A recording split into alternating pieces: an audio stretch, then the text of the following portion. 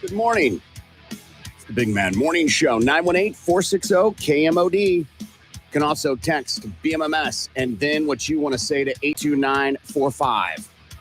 Listen online, the website that rocks, KMOD.com. Past shows are available on iTunes. Search under BMMS. Listen with your cell phone. Get the iHeartRadio app. Available from the App Store of your cell phone provider. More on that at iHeartRadio.com.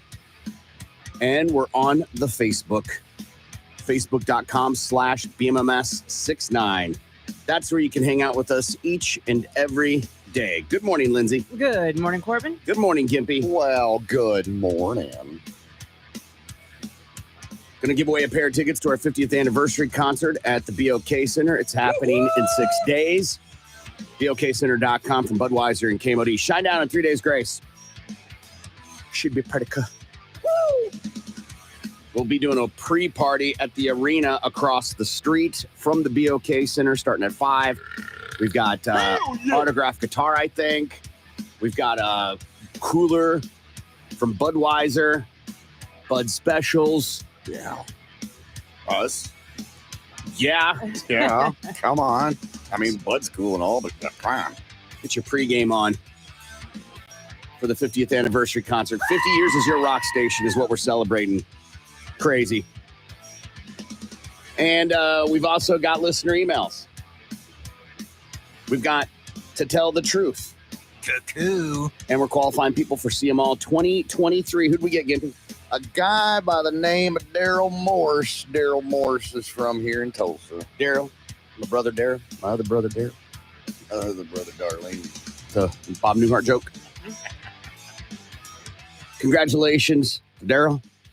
He's now in the running to get tickets to every concert KMOD is a part of, including VIP Week in Rocklahoma tickets. We're qualifying up until next Thursday, if I remember correctly. That is correct. Because we're doing the giveaway Thursday night. More on that later. So make sure you listen. Another chance coming up very soon. Every hour with us to get qualified for CMall 2023. There's this thing blowing up online. A Major League Baseball player sent this tweet, and it's got people all worked up because basically it's asking the question, do parents have to clean up after their kids in public? So here's the tweet.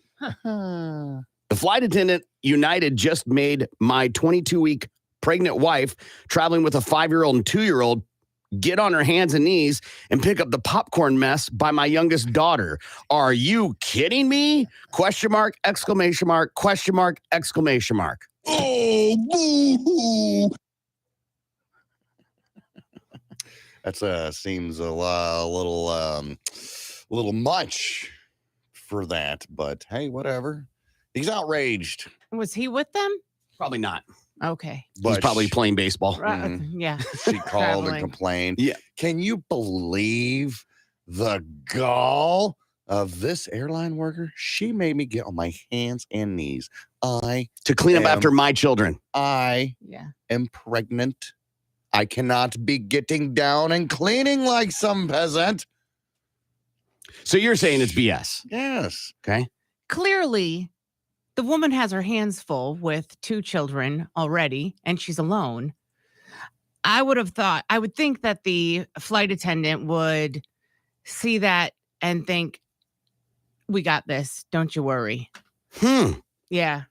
Okay. No. Yeah. It's an interesting take. I mean, I'm actually surprised by both your takes. I would honestly, I would in a normal situation, I would definitely pick up after my young children. However, why would you clean up after your children?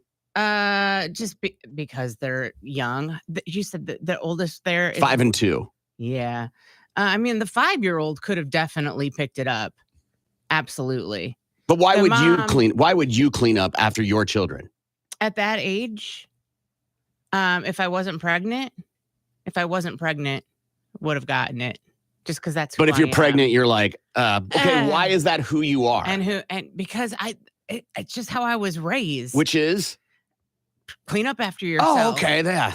Clean up after Yeah, yourself. that's what I think too. I think Yeah. everyone should clean up after themselves. Absolutely. But I'm surprised by Gimpy's take, especially as a guy who's like, it's not my job to return the card. Right? Like there are people for that. Yeah, absolutely. That's called common courtesy, and your kid made that mess. It's your responsibility to clean it up. Granted, the flight crew is paid to clean up for the most part. Here's the debate. That's the debate. Is it the job of the flight attendants to clean up after you? They tidy up before the next tidy flight up comes on. Yes, is not cleaning. Yeah. If you've got magazines out, popcorn on the floor, whatever. I'm sure if somebody vomited in the plane cabin, they would have a special crew come in and take care of that. I've watched it happen. But when it comes to just typical stuff, hey, we got to get this cleaned up before the next flight boards. Okay, so it is their job. However, it is your job as a human being and as a person to clean up after your goddamn kids. If her child did get sick and threw up, would she have been expected to clean that up? Probably not. Well, no, because at that point, it's now biohazard. Okay. And that's where the special crew comes in. Okay. Maybe get the most of it. I wouldn't leave. What do you do with giant, it? Yeah, right. Why you put it in one of those bags? Don't they have barf bags? Like for you that should reason? scoop it up and put it in the bag. They've got napkins and paper towels and stuff like that. Yeah. And if you're a mother of some young, small children like that, I'm sure you've got, burp rags and stuff like that, extra cloths in a diaper bag for that reason. Well, I mean, I think you guys both have really great takes on it. For me, the idea is it's a little bit of entitlement. It's not your job. It's not their job to clean up after you. He even went as far as saying they provided the popcorn to her. If they'd never give me the popcorn, we wouldn't have this problem. So when you go to a restaurant, it's their job to clean up. If you are a crazy person, if we go to the restaurant and we order food, we choose the food they eat. They bring it to us and we make a big mess. I usually have a bigger tip. Oh, yeah, definitely. I do that too. I'm acknowledging that I'm making a giant mess and that I am out of the norm. And I am sorry. Do you attempt to clean most of it up, or you just leave it the way that it is, the war zone that it has become? I mean, I don't get down. I don't clean the floor. Right, absolutely. But I try to. I don't want to say tidy up. Right. But I'm the person that if I had somebody come clean my house, I would be organizing and cleaning my house before the cleaning people came. Right, you don't want to be judged. Yeah.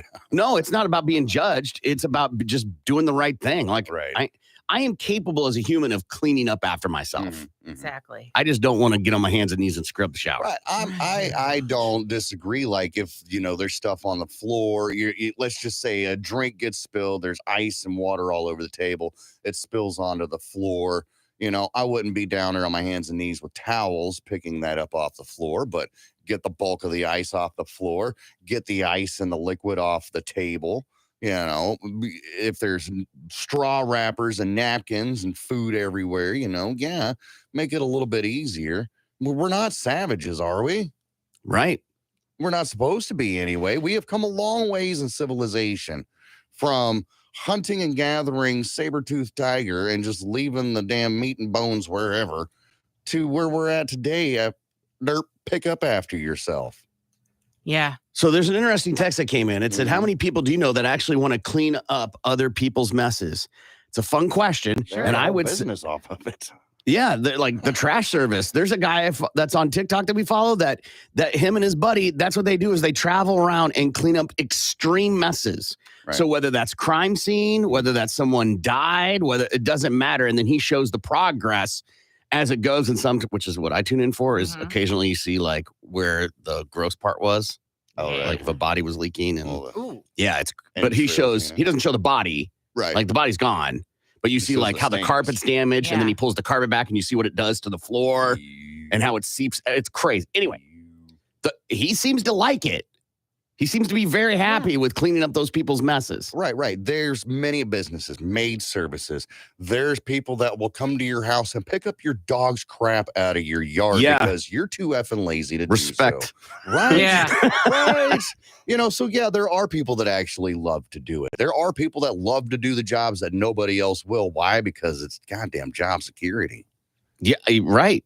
Right. So I think there are people that do enjoys the wrong word though. I don't know if mind. Doesn't mind, right? Right, doesn't mind. Maybe not enjoy it. I mean, I'm sure that they don't get up this morning and say, woohoo, I get to pick up dog crap, which Right. they probably do because, I'm gonna be they the best dog picker up crap picker up I can be. they see turds in the yard and they see dollar bills. They don't see turds in the yard. They see Right. money, and so maybe they do get up and they're excited. Man, I hope my first lawn is just filled with S today. Well, for Yeah. some, it's easy. I mean, Yeah. it's what the heck? They don't have to talk to anybody. You can, Oh, put your headphones in and listen to our podcast Exactly. and pick up dog crap. Exactly. And for some that like to go and clean, it's very satisfying for them, Mhm, probably. Somebody texted in and said that I also think it matters how pregnant she is. If she's only 2 or 3 months pregnant, she can clean up after her own damn kids. If she's 9 months pregnant, she may need some more help. That's true. If the baby's turned and the baby is perpendicular to her belly, Right. then okay, I'm with you. Yes, Sure. but at least make an attempt as the person, as the owner of the mess, because by proxy, you're the owner of the mess. So at least make an attempt. Don't just leave the full mess there and be like, your job, not mine. Pick up most of it. Make an attempt. I don't think a flight attendant is a flight attendant to clean up after people. Oh, they're there to No. travel and Not like bang a- pilots. Not like a trash man or a guy picking up poop, Mhm. dog poop. No, but if that is part of the gig, part of the responsibilities, I don't know. I've never applied as a flight attendant, so I don't know what their list of duties are on their application, where it says job requirements, must be nice, greet people, talk in a monotone voice, be able to use an unattached seatbelt, and then pick up after people. You know what I'm saying? I Yeah. don't know what they are. And we don't know what it was like before, right? Mhm. Yeah. She could have been a complete bitch the whole time and expected, what do you mean I've got to sit in this row? Mm-hmm. I would really love to know how the conversation went down. Did the flight attendant just come up and go, "Are you going to clean up after them?" Or, you know what I mean? Yeah. I expect you to clean up after them. Or was it, "I'm so sorry that my children have made this mess. Do you have a dustpan? Can you help or me? Can you help me? 'Cause I'm pregnant? Yes, Mhm. exactly. Yeah. Or like, ma'am, you need to clean that up. No, I don't. Yeah. Now you can do it by yourself. Right. And by the way, just because they ask you to clean it up doesn't mean you have to. Right. Yeah. There's no law that says you have to. It's not like You're not gonna saying go to bomb on a jail. plane. Right. And I also sympathize with her. Traveling with 2 young kids, you're Right. crazy. No kidding. You are asking for a day of punishment Mhm. Right. because it's hard to fly with kids and you're Yes. pregnant. Yes. Ooh. Mhm. Let's just keep jabbing the stick in our eye. I know. And then your husband, who's not there, probably feeling a little guilty, wants to come to your aid. Right. Mhm. So because he's a ball player, famous ball player, let me just tweet it out and get this poor person fired from United Right. Yes. because of Pro- popcorn. Probably worked really hard to get that job. Been there 20 years. Right. Was struggling growing up, is like, I'm going to make it. I'm going to be a flight attendant. I'm going to travel. This is going to be great. And now they want to hang themselves because of this baseball player. Was the popcorn just spilled or was the kid dropping it and then stomping on it? Wouldn't make a difference. Wouldn't Well, make the a difference. point being is that it's more smaller, I guess. Right, if it's ground into the Yeah. carpet. Well- and I'll buy that. Yeah, sure. At least make an attempt to get what you can. And was the kid being a kid, or was the kid just being a dick? Like, Mhm. that is the question. Well, Is it a some brat? Yeah, and some people travel with kids and think their kids should just get to do whatever they want. They should get to see the cockpit. They should get whatever. No. Right. You're gonna look out the window. You can have the window seat, so you can look out the window, but you're gonna just sit here and you can play on your iPad, and that's about it. Yeah, come on, man. Sit here, be quiet. I thought women weren't supposed to fly while pregnant. Is that a myth? No, there's a certain point After a certain point. after, yeah. It's like the last trimester. You're not supposed to. Right. And even before, you're supposed to talk to your Sure, person because you yeah. may have fat ankles. I'm paraphrasing. Right. So they have to pay for an extra seat because No. you got cankles? No, I'm paraphrasing that maybe your cankles are a little bigger than they should because of maybe tight, smaller veins and the blood. You might have a blood flow. I'm just saying, dude.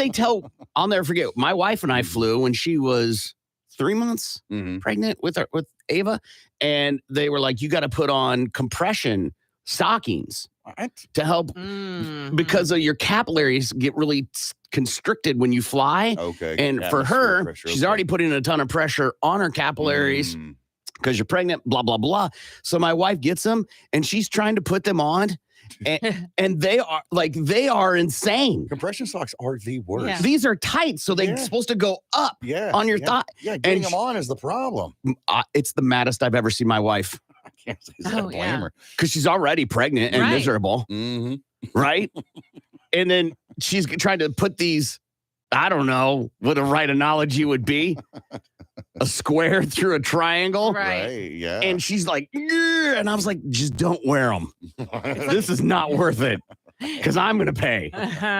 Adding insult to injury, basically. Yeah. Damn things. Yeah. Yeah. And the doctor's like, "Did you wear them?" She was like, "No." I was like, I rubbed her legs. It's all good. Nice. I didn't. No. But yeah, that glutton for punishment. The comments are great. Oh, I can because he's getting destroyed. As he should. And then people are destroying the flight attendant as well because it's the internet and there's no unanimous thoughts. Right. It's a good read. All you got to do is do United Popcorn. You'll see the picture. All right, we got tickets to our 50th anniversary concert, a pair of tickets to see Shinedown and 3 Days Grace at the BOK Center. We'll give those away coming up, plus more qualifying for CML 2023. The Big Mad Morning Show returns. Straight. Oh, Jesus Christ, Ma.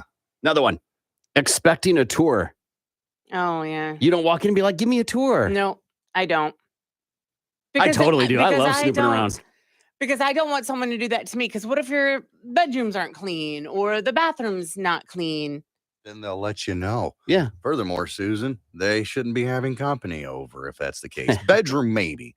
Right. Bathrooms, though, clean that ass up if you're having company come over. Another one. Overstaying your welcome. Right. How long? What's the good amount of time to stay at someone's house? Depends on what the activity is. Yeah. Let's say dinner. Oh, okay. Couple hours. 2 hours after dinner. After 2 hours. So you show up at 6, 8, get out. Because now it's time for the family to wind down. Yeah. And start doing their own nightly routine. And I think it depends on who it is too. Like you always know, I think, depending on which friend it is. Snooping. Oof. Yeah. Opening the cabinet. Yeah, you to don't look do through the that. medicine cabinet. You feel like you give the vibe that you do that. No, I don't do that. Okay, it's not an insult. I'm just saying it gives a vibe. Why? What Because gives you're you that nosy. vibe? You're very nosy. What makes me nosy?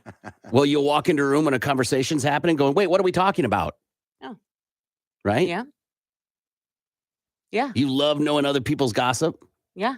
I'll watch those gossip shows. No, I'm talking they're like there personal for. gossip. I'm not talking about TV shows. Yeah, if we're here, I don't want to miss out on anything, for sure. Yeah, that's nosy. Yeah. Bringing an uninvited +1. Yeah. Because now you're forcing the other people to like entertain somebody they don't know. It just makes Right. everything. Or don't like. Exactly. And it's not your place to be inviting somebody else over. Feeding their dog. Huh? Oh, like table scraps or something? I think that's what they mean, Yeah. right? Yeah. Yeah. I can't imagine you'd be like, "Where's your chow chow so I can put it in the bowl?" Yeah, some people do that. Some people think that because they feed their dogs table scraps or popcorn or whatever, that they can do that with your dog. That's good that your dog's stomach is adapted to that. But now you're going to make your friend's dog crap all over their house because it's not used to that. Showing up empty-handed. I don't think that's that bad. I mean, do I have to bring potato salad every time I come over? No. Exactly. No, I always take something. Yeah, I always take a bottle of wine. Okay. Always. All right. I usually got my medicine on me, so that just works out perfectly. Yeah, but that's not extra, right? Like I said, it's like offering him a cigarette. Right. I don't have to share with you, though. That's the thing. I don't have to. Yes, but you're not going out of your way is the point, right? Listen, I'm the guy that goes to Walmart and gets the cookies for the potluck that we're having here at work, okay? Do you expect more from me? Yeah, I think if you go to someone's house and they're making, like, let's just say dinner still, Mhm. you got to take something. Yeah. I did. I brought Even my a appetite. dessert or wine, whatever. Yeah. Something. It's just manners, Gimpy, right? Right. Yeah, sure. No. Listen, y'all invited me over. Okay, cool. I'll come over and have dinner. That's all right. Doesn't mean I have to bring a bottle of wine or a 6-pack or a bottle of anything for that fact. That's that. Unless you say so. Hey, BYOB, bring a bottle, bring a side item. We'll get the main course. That happens to me a lot. We got the main courses. Come on over for barbecue, whatever. Bring a side item. All right, cool. Tater salad it is. I've never gone to someone's house Mhm. and like looked around and said to myself, that's so dirty here. Oh. Ugh. Wow. What do they have lives? Right? I don't go, their sheets, they didn't even make their bed. I don't do all that Oh, I bet you Really have. down my No. nose at you. because life happens. Mhm. Depends on the level of the filth, right? If you walk into somebody's house, If you're and a it looks like hoarder, hoarders, yeah, exactly. I ain't going to your house. I already Yeah. know But you're a hoarder. But this is the first time you didn't realize that they were disgusting people or hoarders until you walk into their house, oh, right? no. You You get can read a totally hoarder a thrown mile off guard. away. No, you can read a hoarder a mile away. Hoarder. Yeah, you can read a hoarder a mile away. You just tell by the way they dress, their lack of showering. Or by their vehicle. For sure. Yeah. For sure, right? I think absolutely. Mhm. But you still don't say anything. You just kind of watch where you sit down, maybe scooch the newspapers or whatever, Yeah. paper plates with leftover pizza rolls on them and hang out for a little bit. And I got to go. I got it. If I'm going to Kids. judge, I'm judging, like, I'm going to judge the food. Mm. So I'm not going to judge, like, hey, your bed wasn't made. Mhm. No. I'm going to judge, oh my God, you served Brussels sprouts or whatever that is. Right. I'm not going to get all like, ugh, you didn't clean for my arrival. Right. 'Cause you're right. Life happens, Life especially happens. if you've got small children. Oh, and you're having a dinner party. Right. You can expect toys to be all over the place. Now, there's a difference between, a little clutter, kids don't know how to pick up their toys, and your house looks like Ross, dress for less. You know what I'm saying? Right. Yeah, I would think if you're hosting a dinner party, you would want to clean up, You would think. Yeah. You would think. but that's not necessarily true, especially if you're like, hey, come over tonight, we're having pizza. Mhm. Mm-hmm. Pizza feels like there's no cleaning happening. Yeah, it's okay to have your laundry still piled up on the back of the couch from like 4 days. You should at No. least pick it up and throw it on your bed, Yeah. right? Give me a place to sit. Right. Just move the panties over. It'll be fine. It's always like, I've gone and I stopped getting in the car with this person when I went to get in their car and they're like, hold on. And they had to like unload a bunch of stuff from the seat Mhm. and the floorboard Mhm. into the back seat so I could sit down. Yeah. And I'm like, you invited me to get in your car You should have had that fixed up beforehand. or Right. just don't invite me into your car, I'm with you. right? If you don't have a place for me to sit, what are you doing inviting me over? I just like the company. I'm not a charity. Yeah. So that would be, I'm judging food. What do you judge? What's your judge when you go to someone's house? If it's like Cleanliness. cleanliness. Mhm. Probably. Yeah. Especially if you're having a dinner party. Yeah, I might do that too. Uh-huh. Gimpy? Definitely cleanliness. Now, it doesn't have to be sparkling like you walk in and everything's ting, ting, ting, ting, ting. No. But if you're inviting people over, dinner party, or just to hang out and have a smoke sesh, you might want to just kind of pick up the bulk of Smoke things sesh. first. You're so Right. bougie. Like, Yeah. right. You're going over get high and you're like, man, the house was so dirty. Yeah. So dirty. Well, yeah. If you got to, you can't put your soda down or your water down on the table because it's littered with empty cans. then Right. yeah, that's what I'm Right. talking about, man. Yeah. Go get a damn trash bag, But if- clear off the table, and it'll be Yes. fine. You'll be yes. fi- I'm not saying you have to run the vacuum. Right. All right. Just don't make people come in and be like, oh God. Oh God. And furthermore, Susan, if it smells a little bit, just spray something. Just spray something in the air. You don't want to walk into somebody's house and get hit with a brick wall of stank. No. Yeah. Yeah, but you got to be careful too. Don't go crazy. right? If you're unloading half a can of Lysol, right. You're, Oh, obviously gross. Covering up a something up. smell. Yeah. right? Which will reveal itself in a In little due bit. time. Yes. It's not permanent. It smells like wildflowers and ass Yeah. Is it Febreze? hmm and mold. Febreze is literally advertised to.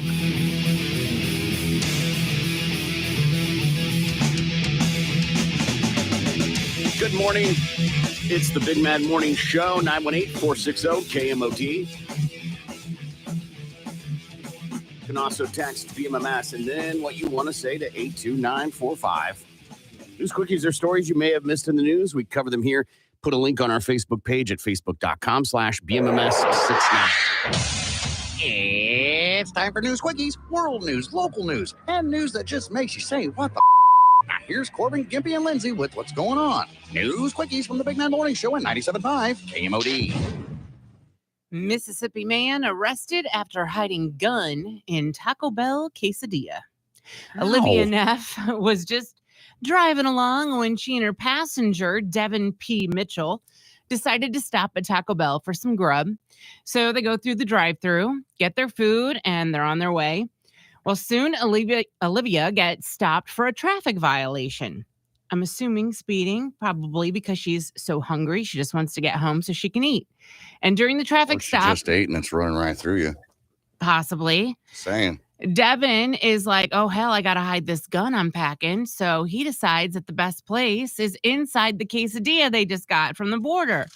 Officers saw him and they're like, hey, man, let's see what's in the bag, sir. This prompted a search of the vehicle where they found the gun hidden in the Mexican meal. And Mitchell found himself slapped with other charges after police also recovered methamphetamines, liquid heroin, and drug paraphernalia during their search. Mitchell was taken into custody, charged with possession of a controlled substance with intent to distribute while in possession of a firearm, possession of a controlled substance, tampering with physical evidence, possession of weapon by a felon, and possession of paraphernalia. Neff, Olivia, she was charged with disregarding a traffic device, but was not taken into custody. So I envisioned in between the two tortillas Or like and down the in the cheese cheese. in the quesadilla. Yeah. It's in the bag with the quesadilla. Because I found the picture. It's in the bag. Yeah. Yeah. Either way, not a good hiding spot for your piece. No. I don't think they make a gun small enough. Well, maybe do like a Derringer or something, but you're still going to find it. It's awfully lumpy sure. quesadilla. Right. And the police are really good at sniffing some of that stuff out. Right. The quesadilla and also the gun. Right. Cops on the lookout for a naked man running through a neighborhood. This happens in Jacksonville, Florida, a couple of days ago. And this lady's Ring doorbell had went off, and she sees this man walking in her front yard wearing nothing but a black choker collar. Okay. Yeah. Yeah. It wasn't naked. Comeback. He wasn't entirely something naked, on. but yes, all the important parts, they were missing something. So, of course, she calls the police, and as she waits for 30 minutes for the cops to come out, she sees on the camera that the dude kind of ducks down and hides in some bushes, and then eventually emerges from the bushes, walks across the street and in front of another house, and then eventually passes by a preschool. That's really what's got her all up in arms, is because, there's a preschool nearby. But it's dark. Yeah. Because the kids are there. But she says that it's still disturbing. Sure. Still disturbing nonetheless. Sure. So she says that, surely, we can identify this guy. She says, I think once somebody sees the person, they'll be able to identify him, and that the news will travel fast. Police are still looking for a naked man in a choker. Yeah, it's a little ridiculous to be like, oh, it's midnight Right. on the weekend. There's a naked man out, but there's a school right there. Oh, no. It's midnight. There's people naked in their homes. Yeah. Well, it's all those preschoolers that go to night school is what Yeah. she's Yeah, really well, they're worried busy. about. Yeah. Yeah, Yeah. they're busy. You call the police. You see a naked man on your Ring doorbell. No. Gimpy? No. Oh, I totally am. It's The- not normal. He's Yeah, it's going streaking. Not normal. No, it doesn't matter if it's going streaking. For me, anyway, it's the fact that he'll be done, gone, and home and in bed naked by the time the police show up. For me, it is not that he's streaking. Mhm. It's that's not normal behavior. So that is a sign that there's something going on, drugs, alcohol, mental, Maybe it was just a something. dare. And okay. And then it'll be nothing. Right. But usually people that are in one of those previous 3 things I mentioned Mhm. perform breaking and enterings. Right. And this guy isn't exactly a teenager either. So No, it's a not- grown-ass man. Yeah. What day of the week is it? Okay. When it Say more. What would it happens. matter? Is it because he's like, if it's a dare, a drunken night dare, if it's a Saturday or a Friday, I'm not calling. If it happens to be, like 7 o'clock on a weeknight, I might call. My I'm concern calling- is higher. There's no way to know if it's a dare. I'm calling on the weekend for sure. Because people, get blacked out drunk and then drug across their carpet and get rug burns on their forehead. We just drag True. ourselves. They throw down True. because they don't got to work tomorrow. So there's no cares. That is a true statement. Yeah. Whatever. So I'm for sure calling on a Friday. Naked person, it don't matter the time of day. I'm calling. Mhm. If it's in the middle of the day, I'd probably be more apt to call because I'm like, all right, there's a dude in broad daylight wearing nothing but a choker. Y'all need to fix this. See, You know? okay, And the nighttime, I'm like, I might not call during the day really? No. because there's other people out that will see and do it. Somebody else will do Yeah. it for you. Okay. At night, it's dark. You don't see everything. Mm. Thank goodness. Right? Man found smoking fentanyl-laced marijuana at the Key West Air Show. Oh, no. Okay. No, that's terrible. We shouldn't do that. That was your sarcastic, oh no. Sorry, it came out wrong. I meant to say, oh, no. That's also your He sarcastic. got the wrong stuff. A Colorado man is facing charges after being caught getting a different kind of high at the Florida Air Show. Navy personnel notified the Monroe County Sheriff's Office that Delmar, you want that? Grant was smoking drugs on Naval Air Station Key West property. The marijuana was found to be laced with fentanyl. Police say they found pot and drug paraphernalia in his car. He was arrested. I don't know if I want to get really high and watch planes do tricks in the air. I don't know. Sounds like a good time. Just not fentanyl, man. Because that's opioid, right? That's going to knock you out, right? That's the one where they're saying one dose will kill you. Yeah. See, I'm good on that. Yeah. I don't want to go someplace and just fall asleep when I'm supposed to be doing something. Yeah. The heavy indica does a great job on that anyway. I don't want to guarantee my slumber at the air show. Yeah, I just feel like, because it does happen where a plane crashes during an air show, Ooh. that I'm like, I want to have my wits about me so I can move really, Right. really fast. Furthermore, Susan, I don't want to just jump out of the way when nothing's happening Right. because I'm paranoid. You okay, dude? Oh, yeah. I thought that plane was coming right for us. That It's was over. close. That was close. All these stories are on our Facebook page, facebook.com/BMMS69. Tulsa's morning show. The Big Mad Morning Show. I've had Luigi's in Skytook. It's fine. Mm-hmm. It's fine. It's not like I go to Zio's and I order one of everything, Right. right? I worked there after college Mhm. and their 5-cheese pasta, adding chicken to it was so good. Yeah. Their spinach artichoke dip, which isn't Italian, whatever, but it was so good. Mm-hmm. I just like the brown paper on the tables that give you crayons. The you can draw. cannoli, yeah, I know how to write my name upside down. Cannoli, with the Alfredo and the chicken and stuff, so good there. I'll give you that. I'll give you the Italian dish, the cannoli. That's delicious just because it's cheese and powdered sugar. No. That's the dessert. I know. Yeah, I'm I talking know. about. That's the only Italian food that I really, really, really, really, really, really like is a good old cannoli. We haven't gotten to the real one, Uh-huh. pizza. I've said it before and you all thought I was crazy. 1 to 10. 1 to 10, a pizza, that's 10. going to be a 3 for me. So low on the scale, man. Lindsay, 10. Yeah. Always. Pretty much all those except peppers and onions that we've mentioned Uh-huh. are about anywhere between an 8 and a 10 for me. Really? See, I love peppers and onions. I don't love the heartburn, but man, it's almost worth the heartburn for me. A good bolognese pasta. Mm.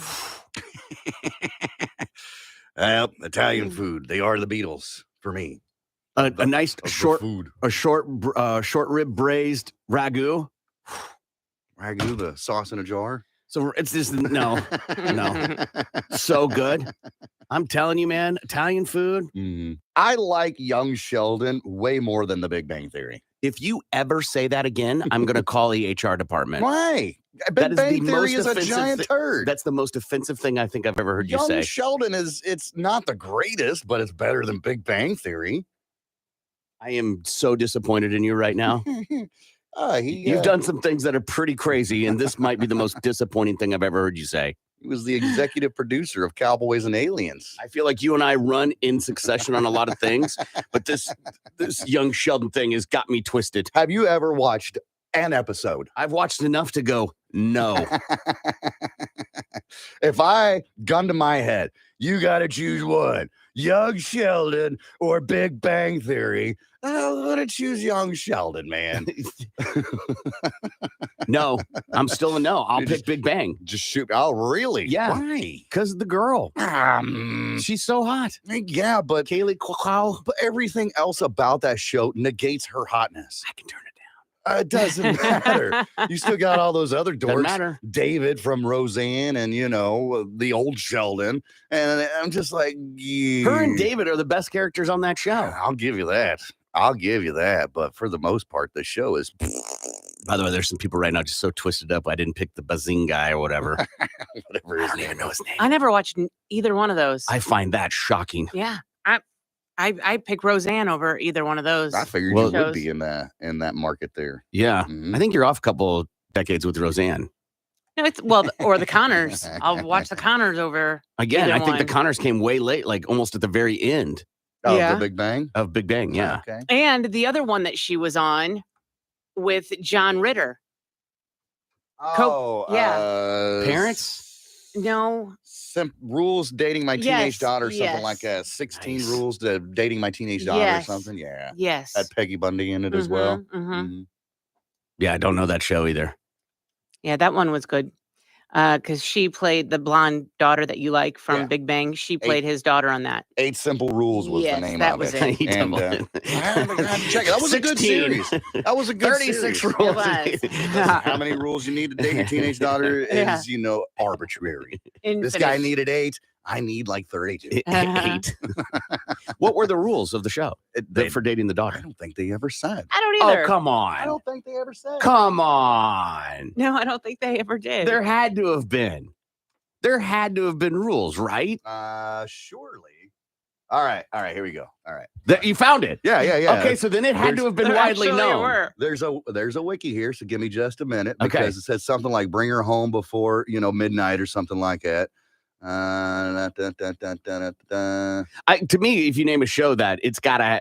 There better be at some point you play that out, Mm. right? Right. Smallville, the TV show Smallville took place All right. in Smallville, right? Sure. Roseanne, it was about Roseanne, Mm. right? They had to rename it the Connors because Roseanne wasn't on it anymore. right. Like, "Ooh, you can get in here, you racist bitch." All right, so here's the rules. 8 simple rules for dating my teenage daughter. From the show. From the show. Okay. Use your hands on my daughter and you'll lose them after. That's rule number 1. John Ritter is hardly that guy. Right? Really? He might be the nicest character ever on any show, ever. But that's what they want us to believe. I think only What? one time he played a character that was really bad, evil. Okay. He mostly was the good golly gee guy. Even on Problem Child, he was Yeah. that good. Yeah. Was. He was like, he could have been on the SNL. Like he was what do they call it when a comedian, they like hurt themselves and stuff like that? He's that type of comedian. Okay. Like Chris Farley was, Chris where Farley, he'd fall over on tables and it wouldn't bother him any at all. Yeah. But that's what they want you to believe. Maybe deep down inside, he's really just a mean Sure, asshole. who he is off screen is yeah, but we're talking about in the character. Well, that's what I'm talking about. The character is like, oh, we're such a nice guy or whatever, 99% of the time, but you get that 1% that's never shown. But you know, it's kind of like when Kevin Hart threatens you, you go, come on, man. Yeah. You don't know he's this badass muscle guy. Right. Right? All right. So number 2, you make her cry, I make you cry. Again, not on brand with John Ritter. Number 3, safe sex is a myth. Anything you try will be hazardous to your health. That's just bad parenting. That's just, I mean, they're going to have sex, right? So now you're turning them away from practicing safe sex. Right now they're going to do it just to spite you, Yeah. Dad. Well, it's not safe. He's going to raw dog it just to spite your dad. God, that word is so awesome. I hate it and love it at the same time.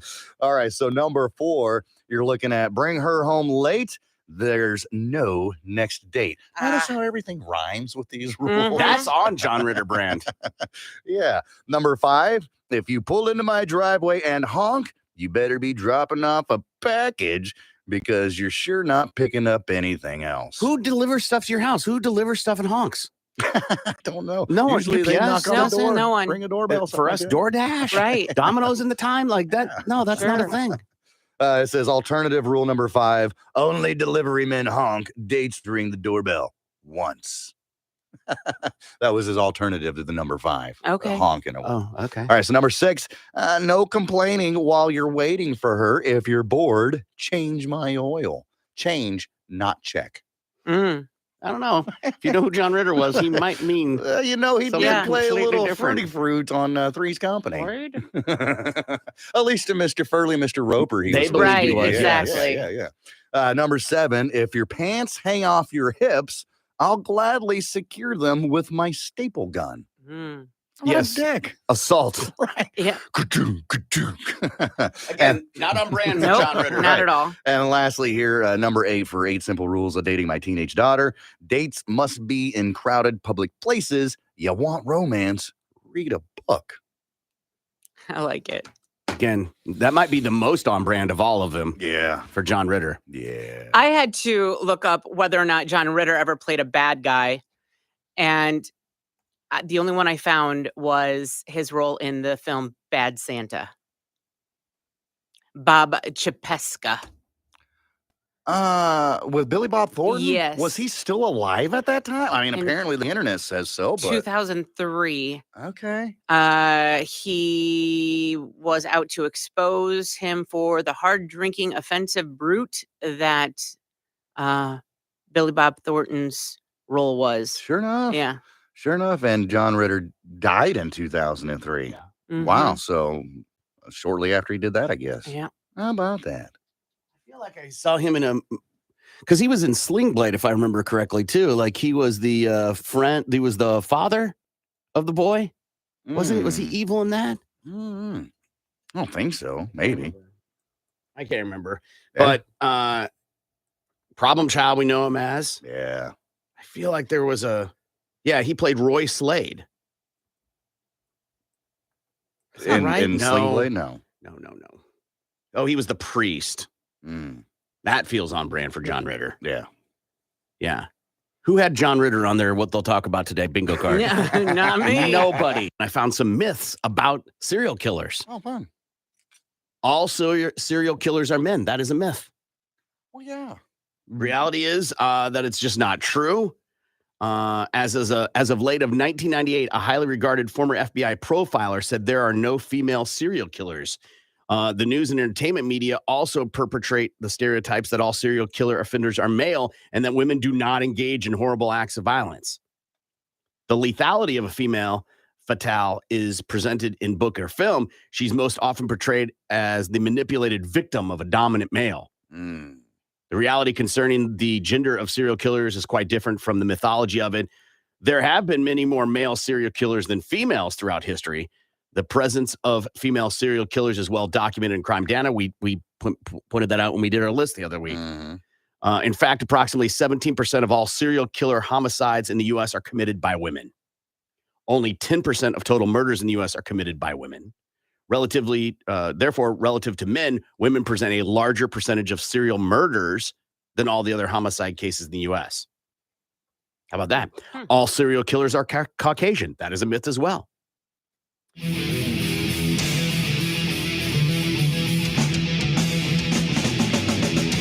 Good morning. It's the Big Mad Morning Show, 918-460-KMOD. You can also text BMMS and then what you want to say to 82945.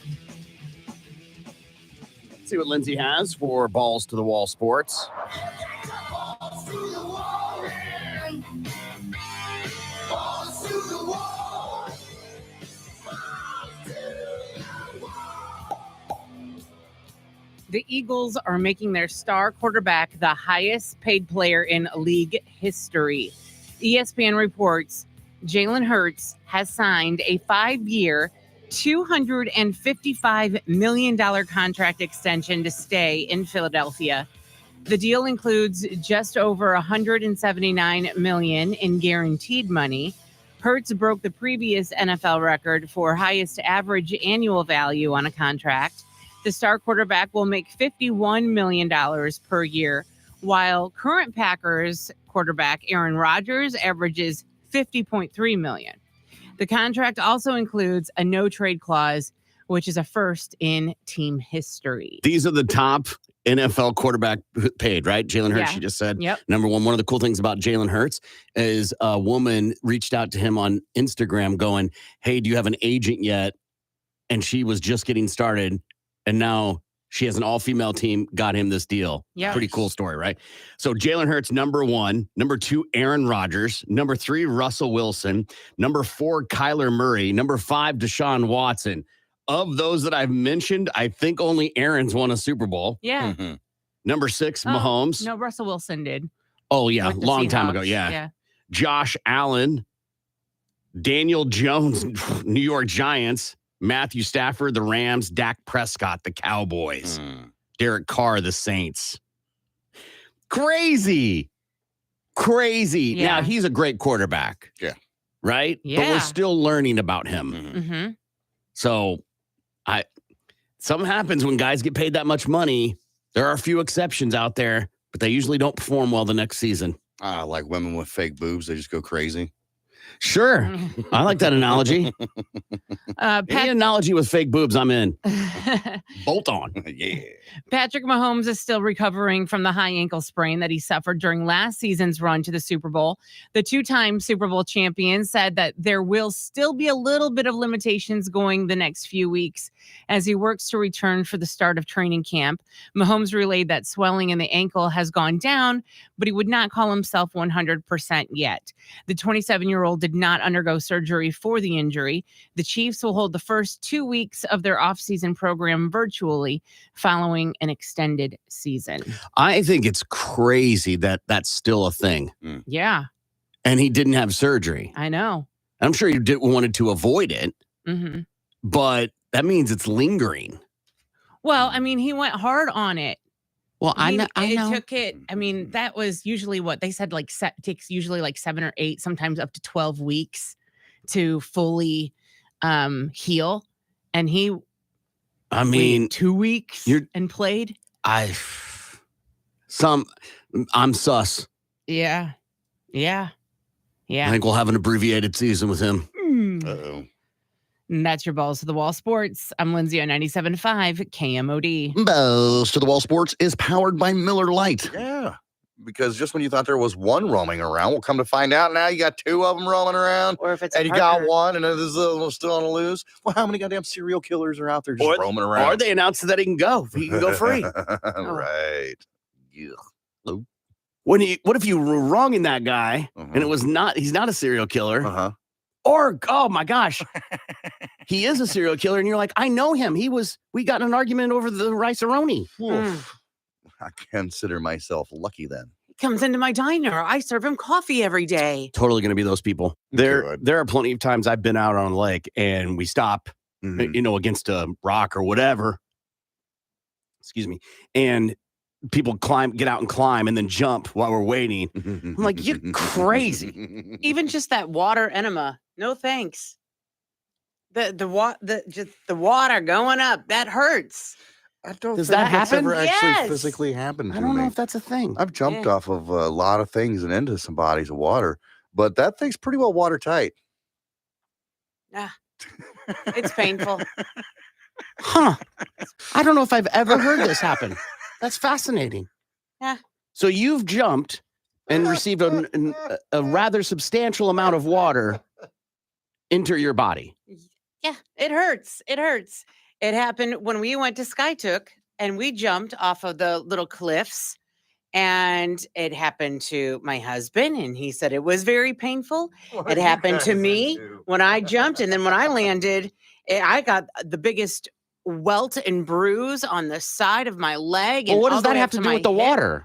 It all hurts. So hitting the water hurts. Yes. Okay, you know what an Yes. enema is, right? Yes. What is an And enema? that- I when need to the water hold on. shoots up? Hold on. Yes. What is an enema? The water entering Your butt. your butt. Your butt. Yes. Uh-huh. Okay, But Mhm. because you're talking about a couple different things, Mhm. and I just want to make sure we're understanding your story Mhm. correctly. Because Mhm. you're talking about bruises and the water hurts when you hit it. Mhm. That I'll agree with 100%. Yes. But an enema, water entering your butt, Uh-huh.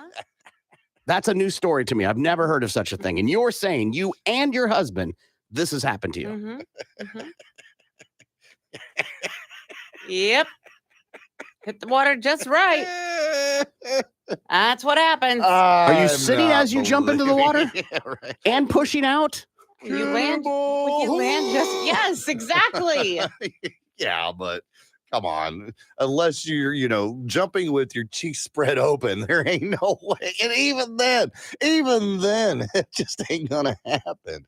That thing's watertight for a reason. That's what it feels like. It hurts. I saw a Dallas Cowboy fan video from the other night when they lost, and he threw something, broke his TV, started punching his TV. It fell down, pulled out his gun, and started shooting the TV.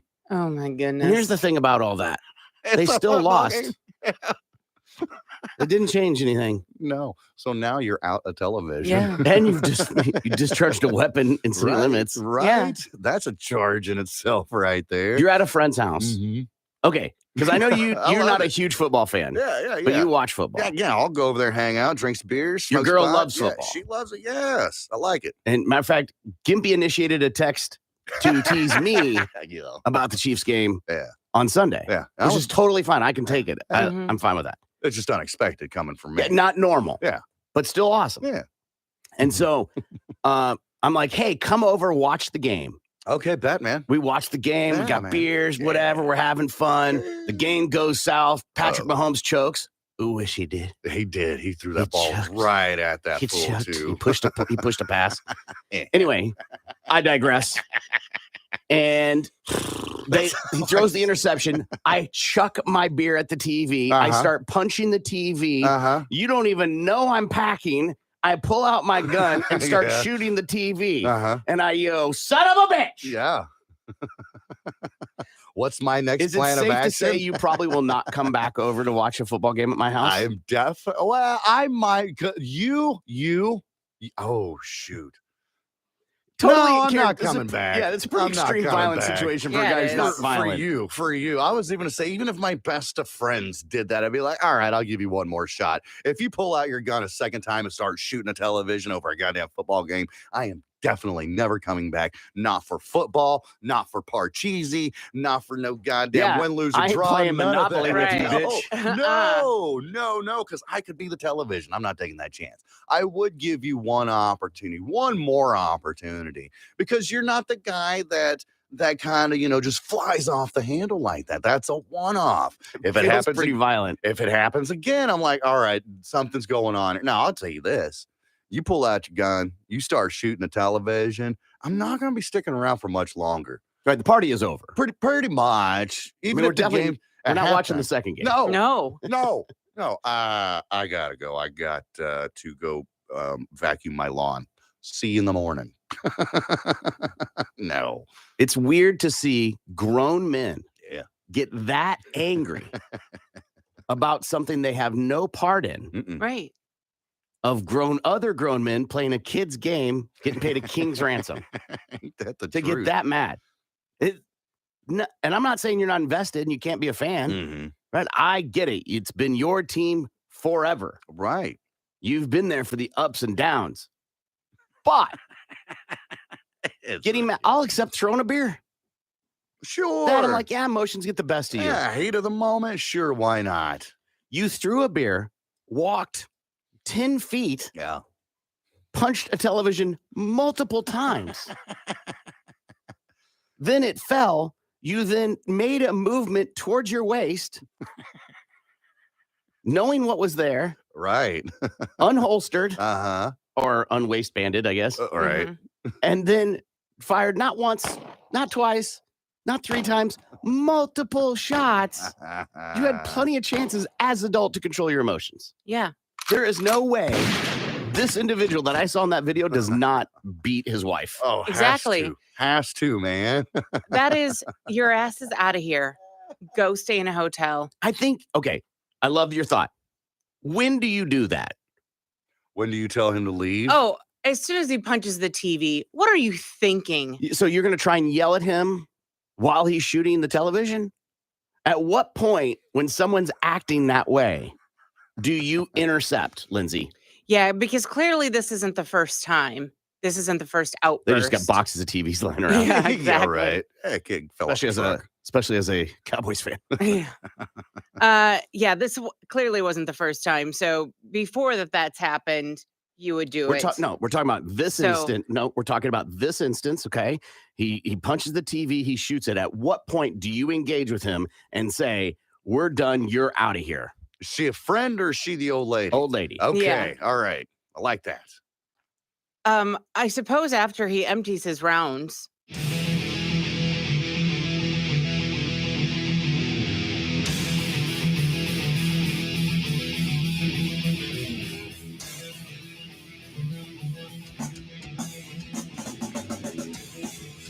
Good morning. It's the Big Mad Morning Show. 918-460-KMOD.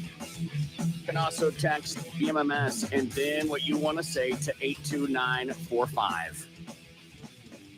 Good morning, Lindsay. Good morning, Corbin. 9 times that are the chances you have to win $1,000 while you work. Hear the keyword between 9 and 5 and enter that keyword online at the website that rocks, KMOD.com. Good morning, Good Gimpy. morning, Corbin. Smoking Guns is going down Saturday at the BOK Center. Cops versus Firefighters for Charity. Get your tickets at BOKCenter.com. Congratulations to Tom Berryhill of Sapulpa. Tom got qualified for CML 2023. You can too. Every hour we do this, chance to see every concert KMOD is a part of, including VIP Week in Rocklahoma tickets. But you have to get qualified.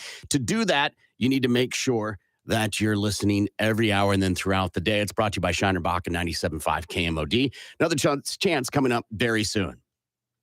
We've talked about AI before on the show and how crazy it is. In the last 7 days, I can give you 3 references of how crazy AI has gotten. It's gotten pretty insane. One, Lindsay shared the story with me off air, and it was about a woman who heard an AI phone call about her kid being kidnapped. And the voice on the other end was her child. Mhm. And she was convinced. And it wasn't until she called her husband to verify he was with her that she totally discounted it. But she believed it, Mhm. right? She was on, and rightfully so, Yeah. right? Yeah, yeah. But the idea is that they take a short clip and make it sound like your kid. Mhm. And you're in a state of panic and anxiety. You're not going to overanalyze it, No. Right. right? And who doesn't want to, take care of their children? So she's been doing interviews and stuff like that to talk about it, to make people aware. I don't know how they got audio of her kid, but if you do a TikTok video or you do an Instagram live video or whatever, Yep. it's out there. Reason number 4,722 to not have social media. But that's just one example. Another one that came out this weekend is they're using it with musical artists. Drake and The Weeknd, a musician, a guy who just DJs online or whatever, he took those 2 artists and created a new song. It's got millions of listens already. Wow. And the record label's like, you got to stop playing. You got to take it down, that we have not agreed to this. Mhm. Oh, my. And the people are like, this isn't yours. Right. Yeah. It's not. But do you own the likeness of the individual? So this is creating all these problems, right? But this is the Drake and Weeknd thing. And Need the beat, so you know that it's gonna slap.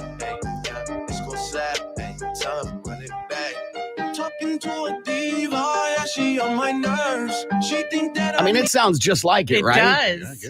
And listen, whether you like the song or not, that's not what you should be listening to. It's does it sound like the artist? And it 100% does.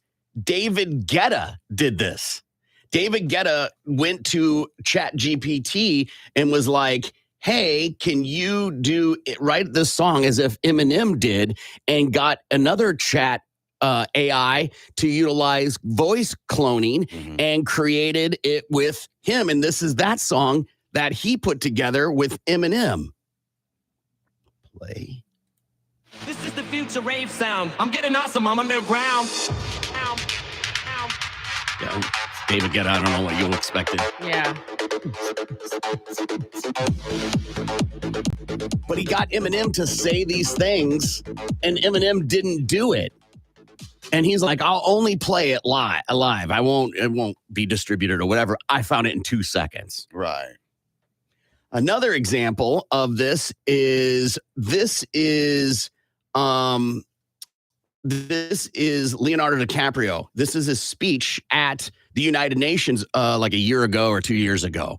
And somebody took the speech and then showed different versions of celebrities. It's still him, but they edited in voices of different people. See if you can identify all the people. Oh, hold on there. I still got Ghetto. It's an out there. Got too many windows open up here. Here we go. As a concerned citizen, one of the 400,000 people who marched in the streets of New York on Sunday, and the billions of others around the world who want to solve our climate crisis. As an actor, I pretend for a living. I play fictitious characters, often solving fictitious problems. I believe that mankind has looked at climate change in that same way, as if it were a fiction. As if pretending that climate change wasn't real would somehow make it go away. But I think we all know better than that now. It's convincing. If you couldn't guess, it was Joe Rogan, Steve Jobs, Robert Downey Jr., Bill Gates, Kim Kardashian. Okay. And they all sounded like it, right? That if you know the voices, and when you watch it, it also helps, right? So I did this with your guys' voices. Nice. Awesome. Slow down. This is you guys. A message you guys have about me. Oh, fun. All right. So Lindsay is up first. Hey, hi guys. Sorry, I'm just really happy right now. So IE just wanted to take a moment to thank Corbin, like seriously. Corbin, you've been like amazing to me, and I really appreciate all the help and guidance you've given me. I mean, I'm still learning, but you've made it so much easier for me. I remember when I first started working here, I was like so nervous and didn't know what to do, but you like helped me out and made me feel less scared. And even when I made mistakes or didn't understand something, you were like patient with me and explained things really well. So thank you for that. Even today, after 2 years, I still don't know what I'm doing. I mean, I am like deer lost in the headlights, and you are the guiding light for me. In all my years of radio, you are the only one who has believed in me. Your patience and calmness in chaos is so inspirational. I learned so much from you, and I really look up to you, Corbin, as like a role model. You're like one of the coolest people I know. I didn't know what good radio was until I met you. You are so funny and handsome and a great father and the best Boulder Valley Park Lanes has ever seen. Allie is really lucky. I'm almost jealous of her. So yeah, I just wanted to say thank you, Corbin. Thank you. And keep being awesome. Okay, that's all. Bye. I like the creativity. The pitch is off a little off, but you can tell it's not her. The cadence isn't right. The pitch isn't right. Even with the other ones, with the Leonardo DiCaprio one, you can still, at least I can anyway, I can audio hear, quality for sure. Exactly. The quality's not there. It still has a bit of a robotic tone to it. Although it does match their voices very closely. Yeah. You can still kind of tell. So I'm scared that like they'll perfect that eventually. Dude, remember when we did this a while back and I was like, it doesn't sound right. Like it's still clunky. It wasn't that long ago we did that segment. No. And this took me 10 minutes. Right. You just punch in a few things or whatever. Or Yeah. just type in what you wanted to say. Yeah. And I boom, just takes had to off give with it a sample of Lindsay, and that's what it came up with. Wow. That's impressive. Right? Mm-hmm.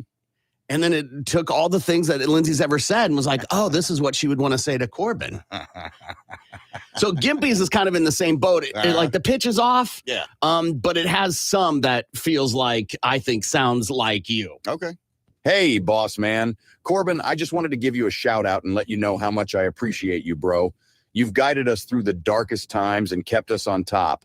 Seriously, man, you're the best boss a dude like me could ask for. You're like a nice bowl of guacamole. You keep us motivated and on track like the traffic on Mingu. Here is the dildo. It's not just your leadership that make you awesome, bro. You have a heart of gold and you always have our backs. Furthermore, Susan, I can't think of another man in my life that shows me what it's like to be a real man. Oh, okay, I wasn't planning on this, but you know what? Who cares? I am ready to admit that you, Corbin, are the voice of reason. You, and sometimes I stay awake at night hoping that you are my real father. Yeah, so there it is. So thank you for being the best boss in the world, bro. Continue showing the world who's boss. I love you, Corbin. I love you. Thank you for carrying the show on your back for all these years. Bet. Bet. Those words would never come out of my mouth. I got it right there. I got it right there. Even though the pitch was off and you couldn't really we could all be like, and I'm sure a couple other people like, that's not him. Right. You could tell, yeah.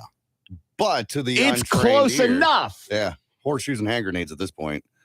If I take just a snippet of that and use it when you do your segment on Wednesday or Lindsay does on Tuesday, saying whatever I wanted to say, how crazy is that? Right. And that's the fun thing. I didn't even think about it when it comes to that. I mean, kids use the Chat GPT for schoolwork, and there's a big to do about that, like, because it's like you don't know if it's authentic or not or whatever. Yeah. So, maybe I could put together a whole 20-minute segment using nothing but AI, and I ain't have to do nothing. Except typing. Dude, you can go into, if you're applying for a job, you can go into Chat GPT, if that's like the one a lot of people are using. You can go into it, take the job description, paste it, and go, give me 3 questions that would be asked in an interview based off this job description. And it does. And nail it. Yeah. Right? I would advise not just, going, hey, write a thank you note or whatever, and then whatever. Here's some things I've used it for. Like if I'm trying to write an email about a discrepancy with some maybe work that I've had done or a disagreement I'm having with a vendor or something like that that's doing work, it will help me formulate one that way, right? I'm utilizing it that way. Or you can ask it to, if I had an extra $200, what would be the best way to get the biggest return on my money? And it goes, well, I can't give you financial advice, but, or you can go, who are the top 5 who are the 5 most overpaid quarterbacks based off salary and QBR rating? Right. Okay. And it would give you a response. Where Google, it would give you results and you'd have to click and read. This will brief them together. If you're not messing around with it, you're missing out. There are the things it can do. I saw where they did a TV anchor. A TV anchor does it. They've created a TV anchor that's all AI based. And think about, you could have your own TV anchor that's catered to you, directed straight to your set. Wow. So if you like your TV anchors, Lindsay, to be 45-year-old men with perfectly combed gray hair and a mustache and green eyes, it would do that. And that person would never age and be consistent in their delivery every time. How is that not desirable for a broadcast company? Absolutely. Or right for the company itself, but for the talking heads, not so much. Think about radio. It's desirable to have, like, you can be like, I want them to have a little more attitude on Thursdays. You can tweak it that way. Yeah. And that's scary. Totally. That's scary for us in our job. It's been coming down for decades, radio's over, TV's going to kill it. You know what I mean? Yet we're still here. Radio's over, streaming is going to kill it. Yet we're still here. because they need those personalities, right? I feel locally you need those personalities. Well, if you could just use an AI and nobody would know the difference at all whatsoever, and it sounds real, and it's giving you the personality that they want and the right inflection and the certain words and places, then why are we even here? And I don't like that. Yeah. And I know some people are like, it'll never work, or it's going to eliminate jobs or whatever. Keep in mind, when the car came around, people were like, why would I buy a car? I have a horse. Yeah, absolutely. Right. Yeah. And now look at us. Yeah. So it's already here. You either embrace it and play along with it, or you become a victim and cry like a little Karen. I'm going to take the latter half. Okay. I'm the voice of reason, so. Right. Of course. Yes, you are the greatest boss that anybody could ever ask for. Absolutely. I'm glad now I have you really saying it. Uh-huh. Yeah, that wouldn't hold up in court. Would it? Any of that. Would it? No, they would have that. They would play that, and then they'd be like, now you speak. He was sick. Right. I'm just saying that, like, the people, that McCurtain County thing that Gimpy brought up yesterday in his 4x4, the sheriff's office is saying that was altered.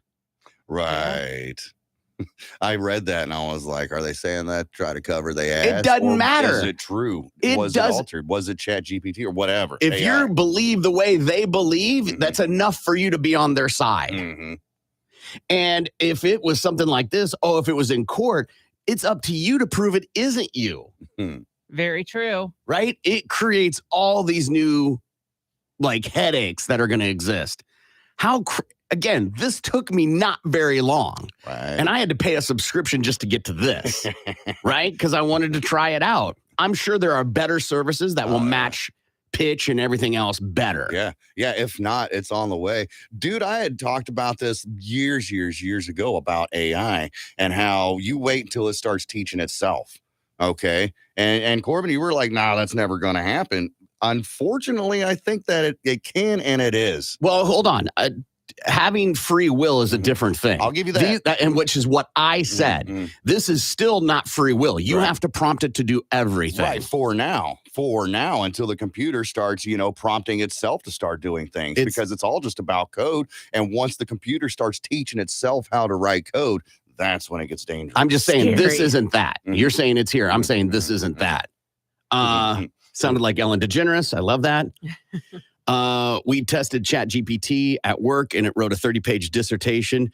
It also did a root cause analysis on why the Titanic sunk. Yeah. And then you can take that same root cause analysis of why the Titanic sunk and go give it to me in 3 sentences, and it paraphrases it or explain it like I'm 5. Right. It's crazy and fast in like 5 seconds. The longer the go, the more noticeable it is, but with a short message, it might work. Somebody's saying here, GIMP was real sounding.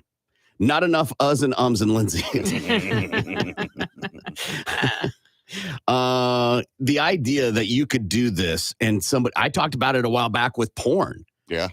That's crazy. And how would you fight against it? Right. You can't.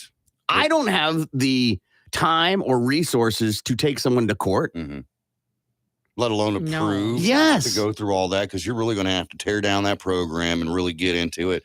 I don't even know where to start on that. Or to find an attorney that specializes in that. Either way, I'm so happy that you guys have come around and finally seen the light of day. All right, we got to take a break. We'll be back. Let's rock more of the big. I don't know. Well, that's where the morgue is not at the hospital. The hospital has a morgue. Yeah. I don't know. I don't know how it works out. Yeah. They did the same thing with my dad, too. My dad died at the house, and they picked him up, took him to the hospital, and that's where we got to say our final goodbyes. Yeah, So, and I don't know. It's like, do you check? Maybe they check the ID. It's like, are they a organ donor? Maybe that's why you take the body to the hospital. I don't know. Okay. I don't know how that works out. And so, again, I'm not an EMT. So, like, you're an EMT, they die, you go, all right, where's their wallet? I got to check their ID to see if they're an organ donor. How does that work? I don't know. Yeah, I think you let the people at the hospital deal with it. Like, we're just here to drop the body off. Y'all figure it out. And is there a code, like they call in? Like, do they do lights if they're taking a dead body to the hospital? Do they run code to the hospital? Right, lights and sirens and the whole nine. Yeah. Mm, I would think not. It's probably not an not. emergency. Right. Exactly. But if they're an organ donor, time is of the essence on those things. Uh-huh. Right. They have a shelf life. Man busted with a ton of child porn. So police in Was Florida, he a cross-dresser? you should see the mugshot. It's a doozy. Police got a tip in January about some child sexual abuse material being uploaded to the internet at this address. It's the Crypt Keeper. They check it out, and that's where they come. They find a 17-year-old Paul Zytel at his home. They searched the house. They found more than 220,000 printed images, weighing in at 2,600 pounds. This cat had a literal ton of child porn strode throughout his house in boxes on boxes on boxes in his garage, or excuse me, in his office and in his bedroom. Obviously, they arrested the guy. He's in on a $250,000 bond. It's Herbert.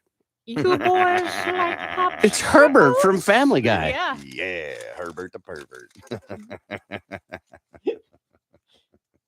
You can take your shirt off if you want to. Attorney accused of stealing settlements to cover drugs and porn. Was it child porn? An attorney suspended by the Florida Supreme Court is accused of taking settlement money from his personal injury clients. Deputies say 44-year-old Christopher Reynolds used the money on items including drugs, prostitutes, ride sharing. I don't know if that's in there. I don't know. And adult websites. Just to show that he's not a total deviant. Yeah. He's responsible. Yeah. He takes an Uber when he goes out. Yeah. Come on. Drugs, prostitutes, DoorDash, and adult websites. Drugs, prostitutes, bespoke, adult websites. Why did they throw that in there? It's so weird. Detectives say at least 16 clients lost more than $850,000. They believe there's more victims. He could face as much as 30 years in prison if convicted on all charges. Damn. Congratulations. I got good news. I got bad news. What's the good news? We won. Woohoo. What's the bad news? Ooh, there's no money left. Sweet potato cracks 2011 cold case leads to Massachusetts man's arrest. Is that like the informant's name? They call me Sweet Tater. Hey, man, don't talk to Sweet Potato. No, the Massachusetts police made a pretty spectacular break. Oh, don't. Yeah, Friday, in a decade-old case murder thanks to an actual sweet potato. They arrested the suspect on Friday in a February 27th, 2011 shooting death of Todd Lampley. Cops found the alleged killer's DNA on a sweet potato left at the scene. Yeah. You don't like sweet potatoes? No, it's the DNA left on a sweet potato. Yeah. So Good Lord, dude. That's not what they're for. Davaris Hampton of Mashpee was arraigned Monday in Barnstable Mashed pea, mashed potatoes. Mashpee. Yeah. Charges of murder, assault, and battery with a deadly weapon. He's 40 years old. He pled not guilty, was ordered to be held without bail. Police found 3 shell casings, a black cell phone, and a sweet potato with a hole through it at the scene. Investigators reportedly found his DNA on the sweet potato. Pause. He used it. There's only 2 reasons that Sweet Tater has a hole in it. You don't put holes in potatoes. You do if you want to stick something in it. Mm-hmm. You don't. I am not aware, and it doesn't mean it doesn't exist, of any delicacy made with pomme de terre, apples of the earth, Mm-hmm. that have a hole in it. Now, twice baked potatoes, sure. Yeah. You scoop everything out, make the mashed taters with everything, put it back in, Mm-hmm. crisp it up, right? Mhm. Delicious. Yes. Yeah. Yes. That's about it. I can't think of another, and I've never seen that done with sweet potatoes. Not that I couldn't. The skin's not as dense as a regular potato. Yeah. Mhm. Yeah. So picture this. He Mhm. holds the potato. My mouse has the potato, or Everybody who's watching at Mhm. home, yeah. he used the sweet potato as a silencer. Yeah, yeah, got it from a TV show. Yes, he sure did. Oh. In court, prosecutors recalled a scene in the hit HBO series The Wire Right. when a sweet potato right. was used to mask that a show. gunshot. I think a sweet potato is the worst potato to use as a silencer. Oh, okay. Say Because more. it's weird shape. All right. Most do have sweet weird taters shapes, are yeah. oddly shaped. If you want a good tater to silence your pistol, you're going to use like a regular bacon potato, right? Something large, girthy, No. No. not something that's all weird and jagged looking. Here's why I say a sweet potato makes a great silencer because of its odd shape. They're so weird. Most times you have sort of a skinny side to it and then the wider side to it. So you have kind of like a handle and then the part for the gun to go through. I would go with the density of the material on the inside of a regular potato or like a russet. Minor A point. russet, like, russet yeah, potatoes. is like it's not as dense as the interior of a sweet potato. But to me, the amount of work you have to do. Yeah. I wouldn't be holding the tater up to the gun and then pulling the trigger. I'm afraid something happened and end up blowing a thumb off. Yes. I would be drilling a hole That's in said what I'm tater saying. and then Yeah. slide it over the barrel. What? And then you got to make sure you have the right drill bit. Right. This feels like a lot. Just take a 2-liter bottle, like he did in The Shooter. Right. Or an old oil filter. You get that from a lot of zombie video games. Right. Or maybe sleep on it And they come back and then decide if it's still "Ah, something you want to go after. I don't want to shoot this person now. Huh. Okay. Yeah. He's doing I'm so great. happy that was what you were getting ready Yeah. to demonstrate. Uh-huh. I literally thought I was witnessing someone's last moment on radio. I was like, go ahead, girl. See what you got. We all control our own destiny. Right. Right. Why didn't you stop her? Why? You tell me not to intervene. Right? Here on the Big Man Morning Show, we let them hang themselves. Yeah. Woman busted with vagina meth. They started off as a typical traffic stop last week where police had stopped Anthony Peza and his girlfriend Tiffany Chapman. They asked them, hey, y'all got any drugs in the car? And they're like, nah, man, we're good. They're like, all right, well, you're going to have to get out of the car so we can search it. And they're like, okay. So they get out of the car and the deputies start searching the car. Well, in the car, while they're searching, they found all kinds of stuff. They found paraphernalia, baggies, scales. They found another bag that had several different prescription bottles in it with the labels removed, which is not good. Not like that. So while they're searching the car, Tiffany's like, hey, I've got meth in my muff. And they're like, huh? And they're like, she's like, yeah, you might want to come get this. So they call a female deputy out. I believe the audio sounded like this. I think you want to come get this. So they call a female officer out, and she ends up retrieving 10.8 grams of meth from the woman's box. And Glove box. they ended up busting both of them for the same thing. They both got busted for trafficking meth. They both got busted for possession of marijuana and paraphernalia. And they are both sitting in the pokey right now. I know some of you are thinking, did she get any breaks because she let them know she had illegal contraband inside her muff? Probably not. You're supposed to tell them. Yeah, because if you go into the jail with it, oh yeah, that's an extra charge. Viral video shows car dealer peeing on woman's ID. This happens in the beautiful state of Wisconsin. Police there are looking into a viral video that appears to show a car dealership urinating on a woman's driver's license. In a Facebook post, the victim said she left her ID at a used car dealership in Kenosha over the weekend. A few hours later, she was home eating cheese and then was horrified to see a video of someone peeing on it, making the rounds on social media. It's unclear if anyone will be held accountable. On a positive note, the dealership wants to offer the victim a free car. Yeah.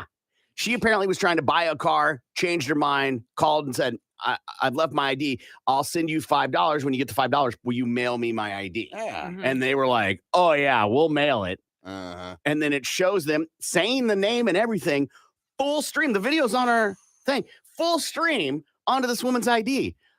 I am no expert in the automotive industry. Lindsay, for sure, in the room is the automotive expert.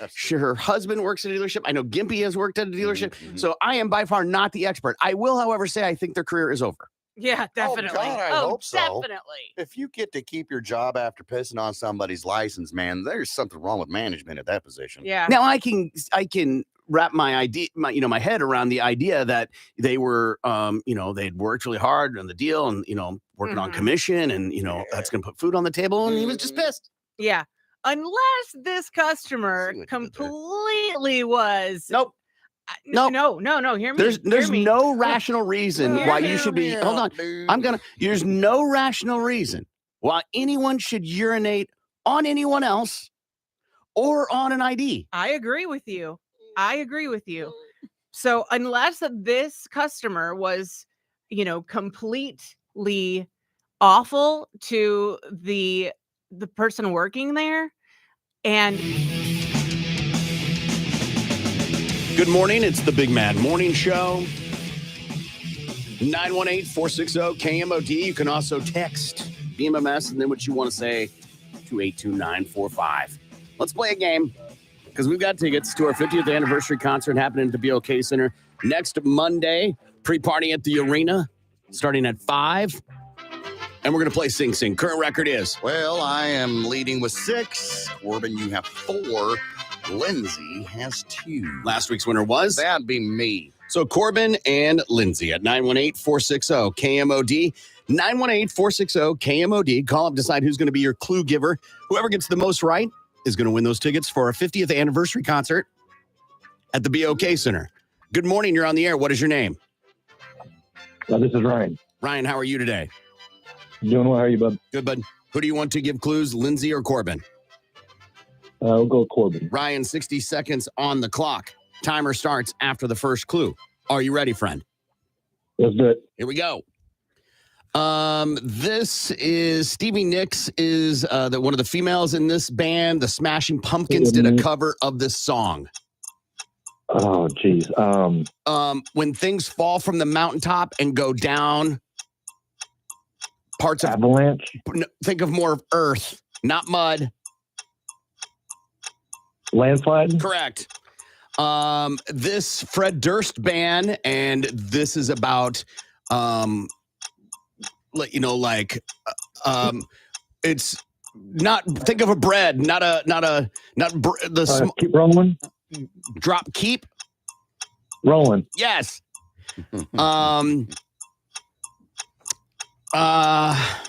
Okay. If I change my address, I'm doing what? Moving. Correct. If the police catch you with drugs, this is a drug. Bust.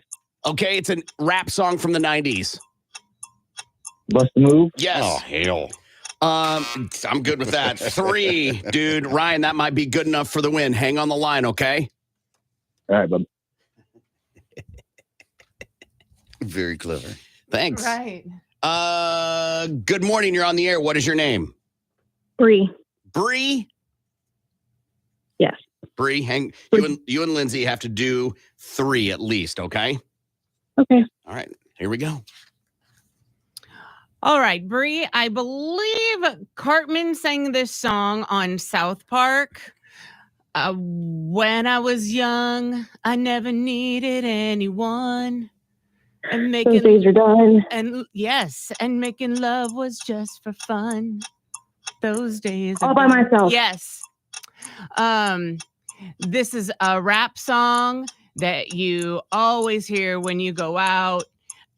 Usually played on birthdays and birthday sex. No. The singer. It's my birthday. It's my birthday. I'm a party like it's my birthday. What's the name of that? When you are at this place, you're not out in the club. Yes. Okay. This is my favorite singer, and Dolly Parton originally sang this song. Jolene. Nope. But yes, from the Bodyguard soundtrack. I'm in love. Yes, yes.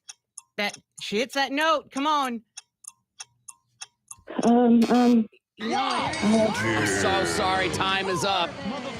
You tried that was so close. Thank you so much, Bree. Have a good day. Thank you too. Bye. Humiliation. Rai, congratulations, man. You're going to the 50th anniversary concert.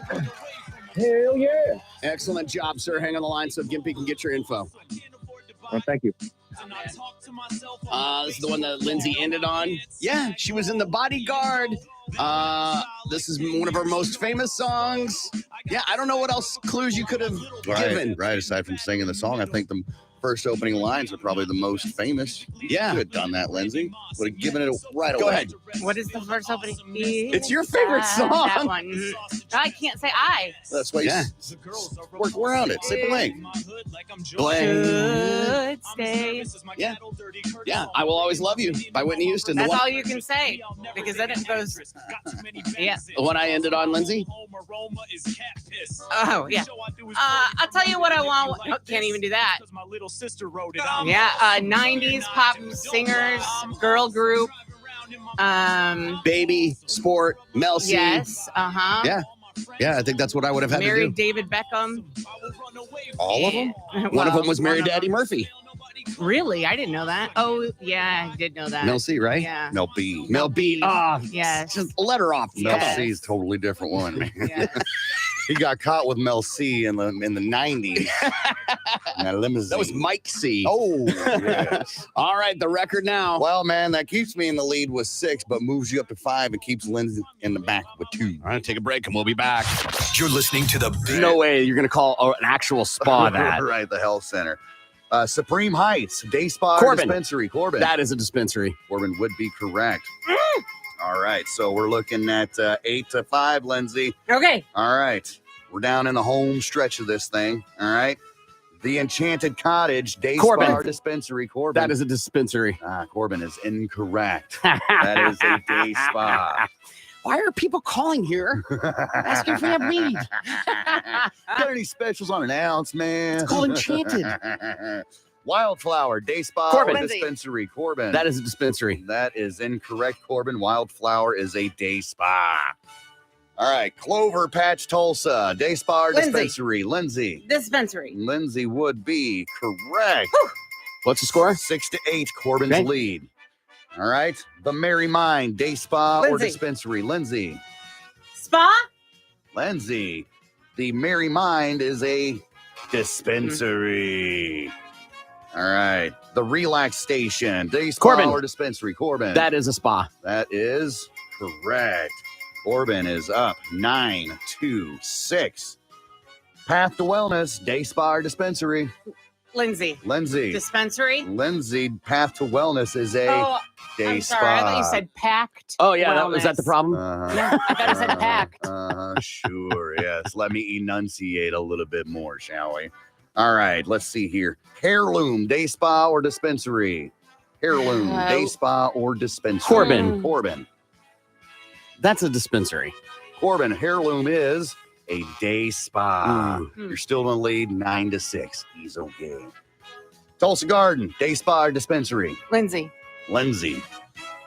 Day Spa. Spa or Dispensary. The Tulsa Garden is a day spa. Good job, Lindsay. Score. Looking at 9 to 7, Corbin's lead. Bella Roma Medical, Day Spa or Dispensary. Corbin. Dispensary. Corbin, Bella Roma Medical is a day spa. Stonebrook, Day Spa or Dispensary. Lindsay. Lindsay. Spa. Yes, you are correct, Lindsay. We are now 9 to 8, neck and neck. Who is going to win, Day Spa or Dispensary, and walk away with a big, big prize? Stone Age Meds, Day Spa Corbin. or Dispensary. Corbin. That is a spa. Corbin. The Stone Age Meds is a dispensary. Uptown Wellness, Day Spa or Dispensary. Corbin. Corbin. That is a spa. Corbin. Uptown Wellness is a dispensary. Really? We only got 2 left here. Okay. All right. So we got a chance to tie it and a breaker if we can do this. All right. Pura, day spa or Corbin. dispensary? Corbin. Dispensary. Corbin is correct. Pura is a dispensary, puts him with the win 10-8. I'll go ahead and give you the last one, see if you can guess it. Stonebrook, day spa or dispensary? Lindsay. Lindsay. Spa. Lindsay would have been correct, which wouldn't matter because it's 10-9. Corbin is the big winner. Congratulations, Corbin. What'd I get? You want to know what you got? Yeah. My friend, I tell you, you have won my leftover potatoes. That's right, Corbin. I had dinner last night. I love it. That's awesome, man. I'm actually kind of hungry, so I think that's a fantastic This is gift. And perfect. you're not a horrible cook. No. So that's great. But, I just think it's just an honor to win. So I'm going to go ahead and give it to Lindsay. She put in a valiant effort. Listen, And, Corbin, I just appreciate the competitiveness. And, I'm just one guy on a team, and we're just a team trying to make the thing happen. And, it's an honor to be a part of the Ford Truck Series and anything I can do to make this Hilton Hotel team do the best I can. Well, Corbin, I'm glad that you accepted and decided to give your prize of potatoes to the loser of the game, but that's not all that you're going to win. All right. So not only do you get my leftover dinner from last night, my potatoes and a little bit of steak with some cheese on top, I'm also going to hook you up with a 6-pack of Twisted Tea. Set right up front because nobody wants this. So I grabbed a pack and you get to take it home with Again, you put Twisted zero Tea. effort into the prize. Yeah. Again, I'm just real grateful that this Hilton Honors team did the best they could, and we'll make sure part of the Ford Truck Series continues. So I'd like to give it to my second place. The second isn't winning. So Twisted Tea is a great beer fridge for guests. Right. item. Well, congratulations, Lindsay. You got yourself some old mushed potatoes and some warm Twisted Tea for losing on Day Spa or Dispensary. This says, I'm about to get divorced from my wife of 10 years because I made a stupid mistake and had a one-night stand. We got in an argument. I left, went to the bar, slept with some woman, and almost immediately the guilt took over me. She has told me it's over, but I have to try. What can I do to get her to give our marriage a second chance? 918-460-KMOD. Bmms. Then whatever you think he should do to 82945. Let's entertain the idea. What are some things he could do? How about a vacation? Ooh. You and me, let's have a vacation. Let's go to some beautiful exotic place and talk out my inability to keep my penis in my pants. Yeah. Having kids usually fixes that situation. That maybe if you're lucky, you'll get to do that. Vacations are nice. Absolutely. Can you work on a But problem on a vacation, Lindsay? I don't think so. Because This once isn't a you get problem. This is a back- crack in the foundation. Absolutely. Because once you get back, everything's right there, Yeah. What are some other And things he could try? I think he Entertain the begs, idea. No goes bad on ideas. Hands and knees and Begs? What do you want me to do? I will do anything you want me to do. Yeah. Horrible way to get into a conversation with somebody, right? And this is why. Because you want to fix it, you have to come up with ideas. Not me. Mm-hmm. You want to fix it. Why do I have to tell you how to fix your problem? Mm-hmm. Not just this, any scenario, if you have to go to the person and be like, tell me what I have to do to fix this, then you shouldn't be in it. It's a horrible way to get into a conversation with somebody to try and rectify a problem. Because it means you don't know. You haven't even entertained ideas. Right. How about a candlelight dinner? That's not good enough. and gravy and all, but the distractions there, man. You're not going to be able to enjoy your candlelight dinner. You're not going to be able to do much of anything fun, a vacation or anything like that because, there's a giant elephant in the room. Again, we're just trying to convince for a second chance. What about a spa day? Sure. I'll go ahead and let you spend your money on me so I can go and feel better. Yeah, is he about going to send myself. her on a spa day? I think he needs to go to her and definitely he needs to know from her what she expects from him. I don't think what he wants her to Come do. on, What- Lindsay. yeah, Come no. on. Come on, Lindsay. Taking Come on, her- Lindsay. What? What he expects of her.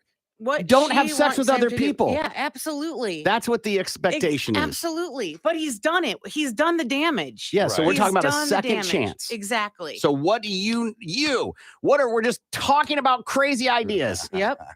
Commit to Yeah. an idea, Lindsay. Yeah. So going on vacation, sure, it's nice, but now he gets to go on a vacation too. Like, it's almost like, I don't know if I want to go on a vacation with you right now. Hall pass. You want a crazy idea? Give her a hall pass. There, Give yeah. her an opportunity to even Stevens this thing. Mhm. And she doesn't have to tell him about it. Ever. Well, no, she knows about his, so I feel like it has It's to be only even. fair, yeah. If it's even, it's even. No. Why do you not get to tell anybody? Maybe she doesn't even take him up on it. He'll never know. Mm, You know what I mean? Let him wonder. Did she or didn't she? yeah. Usually works. It usually does. Yeah. Withholding information. Yeah. People have already texted in what my feelings are on this. To me, it's quite clear.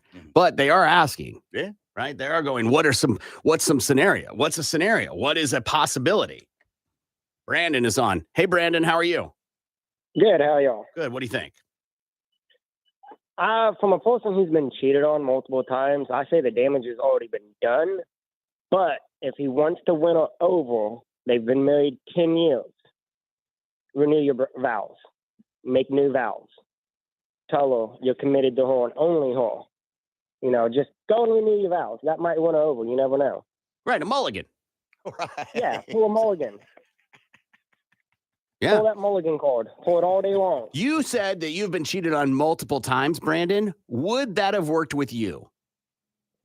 No, because I stayed with someone who cheated on me 9 times. Whoa. 460 KMOD. You can also text BMMS and then what you want to say to 82945. Let's see what's in Gimpy's 4x4. And breaking news, Corbin. I It love is breaking news. hot as balls in here, and I'm about to take my pants off. Uh-oh. Is it hot in there? Like a mug, dude. I got over here to take this, and I was like, man, I am sweating like a hog over here. No, something must I be was just curious busted if y'all because it's 71 cranked in it up here. to Dude, the my pits hands of are hell. freezing. Yeah. It's freezing Never in mind. here. That's all good. I'll just go Maybe roam it's- around outside and cool up. Maybe it's not warm in there. Maybe. Maybe you have an infection from being drug on the carpet. Ooh, maybe so. And your internal temperature is high. Probably not, but you never know. I mean, Anything could happen. and then In I mean- real breaking news, Corbin, okay. the DOD is assessing scope of intel leak. This isn't really breaking. We already knew it was happening. Deputy Pentagon Press Secretary Sabrina Singh told reporters that Defense Secretary Lloyd Austin ordered a comprehensive review of measures taken to protect classified information, recommendations due in 45 days. Woof. She said that there could be more documents that are circulating online. Wouldn't surprise me if there were. U.S. Ambassador to Russia visits imprisoned Wall Street Journal reporter. U.S. Ambassador to Russia Lynn Tracy visited journalist Evan Gloskovich yesterday, more than 2 weeks after he was arrested on espionage charges. Tracy, in a tweet, said that he's in good health and remains strong and called for his immediate release. Russian authorities detained 31-year-old reporter last month and accused him of acting on U.S. orders to get information about Russia's military-industrial complex. Wall Street Journal and Biden administration have denied Gloskovich was affiliated with the U.S. government. No state charges in the Jalen Walker case. Dan Horrigan asked for all demonstrations to be peaceful. The shooting happened last June when 8 officers were involved in shooting unarmed Walker. Protests erupted all over the country after Walker's death last summer. And lastly here, if you're looking to be a cop in Owasso, I got good news. The Owasso PD lowers education requirements, hopes to widen recruitment pool. Says you no longer need a college degree to apply. You only need either a high school diploma or a GED. In the past, applicants have had to have at least 60 hours of college credit to apply. The Owasso police believe that lowering this requirement can open the applicant pool to more people. The rigorous vetting process includes a background check, a PT test, a written test, and approval by a review board and an interview with the chief If you pass all these challenges, you will attend the 16-week police academy. So there you go. You too can be a cop.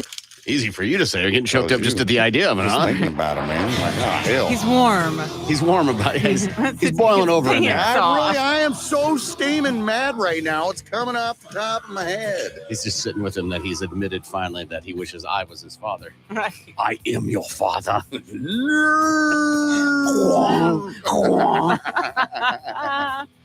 A pair of I'd get your hand, but all right, somebody already beat you to it. A pair of teams took 2-game leads in their first round NBA playoff series. The Philadelphia 76ers surged past the Brooklyn Nets 96-84 in a low-scoring affair at the Wells Fargo Center to go up 2-0. Tyrese Maxey paced Philly with 33 points, while Joel Embiid tallied 20 points, 19 rebounds, and 7 assists in the win. On the West Coast, the Sacramento Kings took down the defending champion Golden State Warriors 114-106 at the Golden One Center. De'Aaron Fox led the Kings with 24 points, 9 assists, and 4 steals. It's the first time in the Steph Curry era that the Warriors have faced a 2-0 series deficit. Playoff action continues tonight with the Boston Celtics hosting the Atlanta Hawks, the New York Knicks visiting the Cleveland Cavaliers, and the Phoenix Suns playing host to the Los Angeles Clippers. The Bucks are getting some good injury news on their star player. Their coach met with the media on Monday and said Giannis Antetokounmpo had a clean MRI.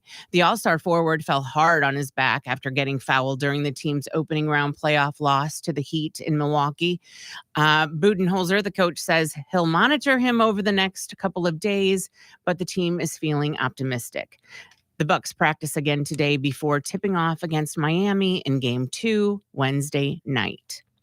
The NBA is investigating an incident between Clippers point guard Russell Westbrook and a Phoenix Suns fan. The Athletic reports the league will look into a heated verbal confrontation with Westbrook and a fan in the club area at the Footprint Center.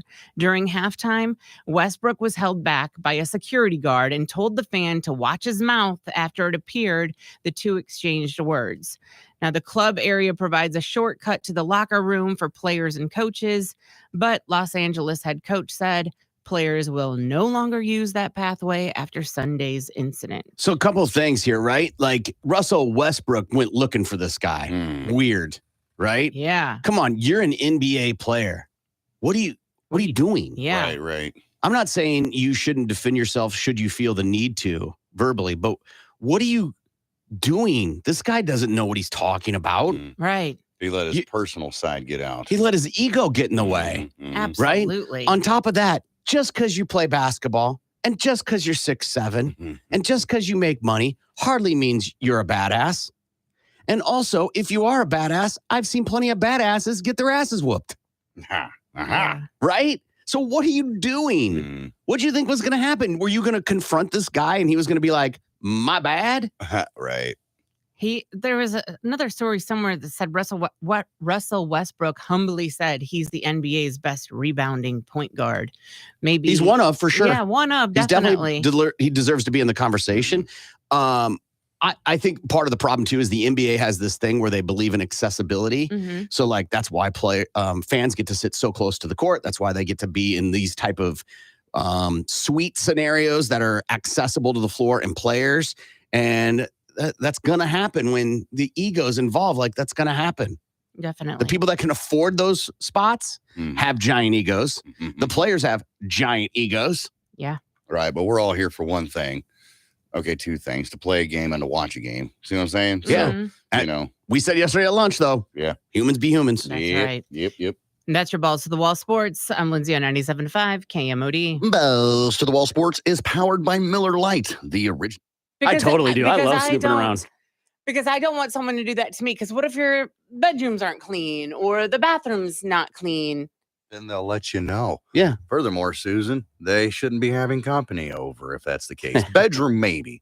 Right. Bathrooms, though, clean that ass up if you're having company come over. Another one, overstaying your welcome. Right. How long? What's the good amount of time to stay at someone's house? Depends on what the activity is. Yeah. Let's say dinner. Oh, okay. Couple hours. 2 hours after dinner. After 2 hours. So you still at 6, 8, get out. Mm-hmm. Because now it's time for the family to wind down. Yeah. And start doing their own nightly routine. And I think it depends on who it is too.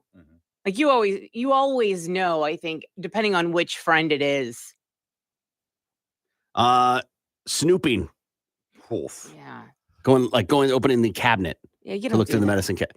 You feel like you give the vibe that you do that. No, I don't do that. Okay, it's not an insult. I'm just saying Yeah. it gives a vibe. Why? What gives Because you're you that nosy. vibe? You're very nosy. What makes me nosy? Well, you'll walk into a room when a conversation's happening going, wait, what are we talking about? Oh. Right? Yeah. Yeah. You love knowing other people's gossip? Yeah. I'll watch those gossip shows. No, I'm That's what talking they're like there personal for. gossip. I'm not talking about TV shows. Yeah, if we're here, I don't want to miss out on anything for sure. Yeah, that's nosy. Yeah. Bringing an uninvited +1. Yeah. Because now you're forcing the other people to like entertain somebody they don't know. It just makes Right, or everything don't like. Exactly. And it's not your place to be inviting somebody else over. Feeding their dog. Huh? Oh, like table scraps or something? I think that's what they mean, Yeah, right? yeah. Yeah. I can't imagine you'd be like, where's your chow chow so I can put it in the bowl?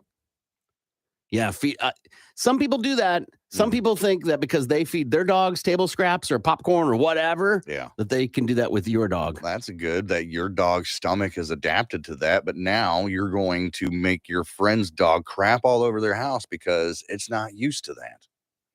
Showing up empty-handed. I don't think that's that bad. I mean, do I have to bring potato salad every time I come over? No. Exactly.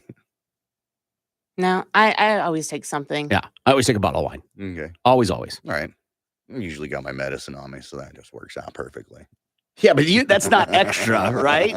Like you said, it's like offering him a cigarette. Right. I don't have to share with you, though. That's the thing. I don't have to. Yes, but you're not going out of your way is the point, right? Listen, I'm the guy that goes to Walmart and gets the cookies for the potluck that we're having here at work, okay? Do you expect more from me? Yeah, I think if you go to someone's house and they're making, like, let's just say dinner still, Mhm. you got to take something. Yeah. I did. I brought Even my a appetite. dessert or wine, whatever. Yeah. Something. It's just manners, Gimpy, right? Right. Yeah, sure. No. Listen, y'all invited me over. Okay, cool. I'll come over and have dinner. That's all right. Doesn't mean I have to bring a bottle of wine or a 6-pack or a bottle of anything for that fact. That's that. Unless you say so. Hey, BYOB, bring a bottle, bring a side item. We'll get the main course. That happens to me a lot. We got the main courses. Come on over for barbecue, whatever. Bring a side item. All right, cool. Tater salad it is. I've never gone to someone's house and like looked around and said to myself, that's so dirty here. Oh. Ugh. Wow. What do they have lives? Right? I don't go, their sheets, they didn't even make their bed. I don't do all that. Oh, I bet you have. Look down my No. nose at you. Because life happens. Depends on the level of the filth, right? If you walk into somebody's house, If you're and a it looks like hoarder? hoarders, yeah, exactly. I ain't going to your house. I already know you're a hoarder. But this is the first time you didn't realize that they were disgusting people or hoarders until you walk into their house, Oh, right? no. You get can read a totally hoarder a thrown mile off away. guard. No, you can read a hoarder a mile away. Hoarder. Yeah, you can read a hoarder a mile away. You just tell by the way they dress, their lack of showering, Or by their vehicle. For sure. Yeah. For sure, right? I think absolutely. But you still don't say anything.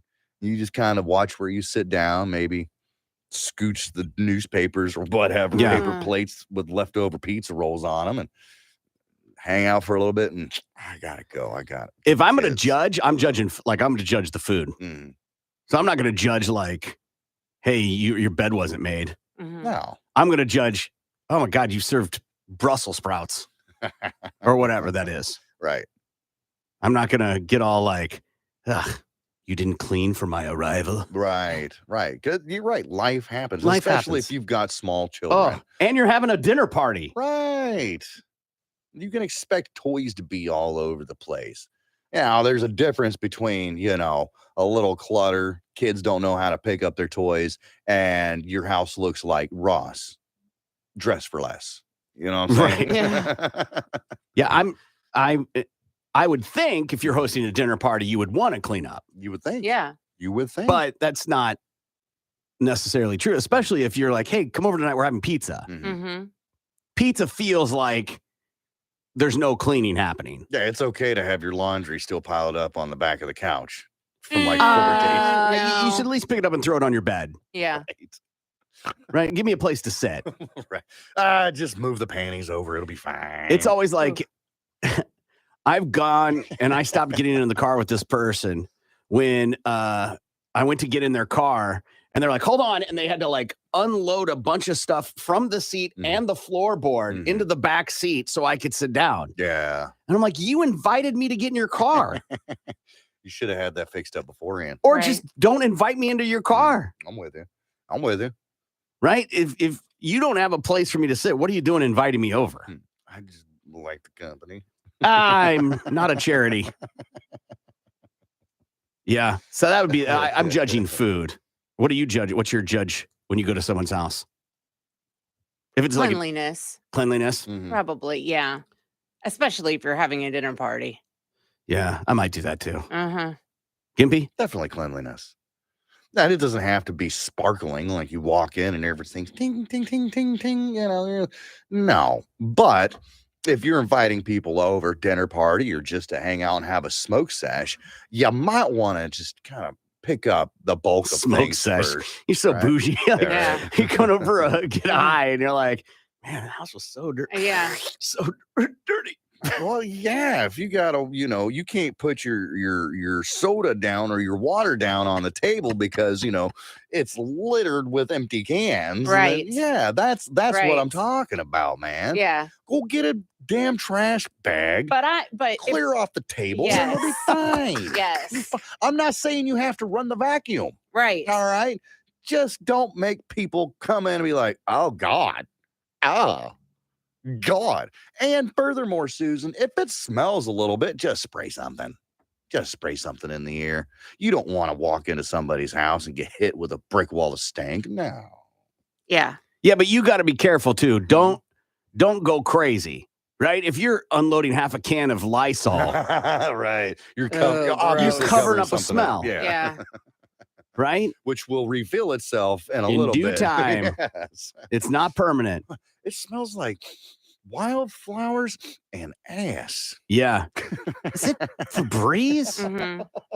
And mold. Febreze is literally advertised to cover up stink, Absolutely. Yeah. which means you have a problem if there's stink in the Yeah. house. What about a toilet bowl that's got a pink ring in it? I'm not judging that. Gross. It's pink mold. Yeah. It's mold Gross. Yeah. in the toilet bowl. Yeah. That's okay. Ugh. Now, I mean, there's a difference between is there sitting urine or like, Mr. Hanky, is he taking Skid a little marks. swim right there? There's some rubbing is racing. Ugh. Right. Like, Gross. previous person was a freckler. I get what you're talking about. Yeah. Dude, that happens, bro. That happens in everybody's house. I'm hoping that you would, at least go in there and take that little brush and whirl around a little Yeah, bit. but you didn't. You didn't, exactly. But I mean, it is what it is. Everybody poops. Everybody has that, whatever you may need a knife for. It's okay. Bidet, dude. Bidet. Bidet. Right. I get it. That cleans the skid marks off of your end, but I mean, this is down on the porcelain. I don't think it works like that. Eat some fiber. I hear people all the time say that this isn't fair. Life isn't fair. It's not fair for me. It's not fair for what I want to do. I hear that all the time. And I'm going to tell you a story. 23 and Jennifer Savage of Chandler heard the cue. So now Jennifer might be winning VIP Weekend Rocklahoma tickets, as well as tickets to every concert KMOD is a part of. We call it getting qualified for CMall 2023 from Shiner Bach. Your chance coming up in about 54 minutes, so be listening for that cue. Good morning, Lindsay. Good morning, Corbin. Social Distortion is playing the Canes Ballroom on August 6th. That's a weekend show. Anyway, you can win tickets. Sign up to win at KMOD.com. Good morning, Gimpy. Morning, Corbin. Rocklahoma 2023. Just a few months away. Labor Day weekend, Prior USA, Godsmack, and Rob Zombie, and a whole lot more. Get your full lineup. You link for tickets at KMOD.com. Time for listener emails. You can email us, and then we read your email on the air. We then ask for advice, and we also give our own. Give advice a couple of ways. You can email show@KMOD.com. You can text it, BMMS, and whatever that is, to 82945, or call if you'd like, 918-460-KMOD. This email says, my sister and I are close. We are only separated by 2 years. We've been on sports teams together. She was in my wedding. I was in hers. We've raised each other's kids. I recently got contacted by a woman on Facebook who thought I was her. And she has found out her husband is cheating with my sister, which this woman thinks is me. I haven't replied. I text my sister. She asked me to take care of that lady and just ignore her. I don't want to be in the middle of this, and now I am. Do I stand by my sister and get in the trenches with her, or just remove myself? Be her ride or die, or treat her like I don't know her? That's fun.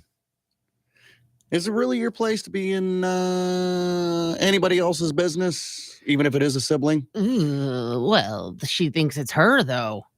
Yeah, I don't think she inserted herself in there. She got pulled into it, right? No, she didn't. She sure didn't. But, I mean, it's one of those, it'd be like, you can just ignore it and let it go. Till she finds her address and shows up at her house wanting to fight. And anytime.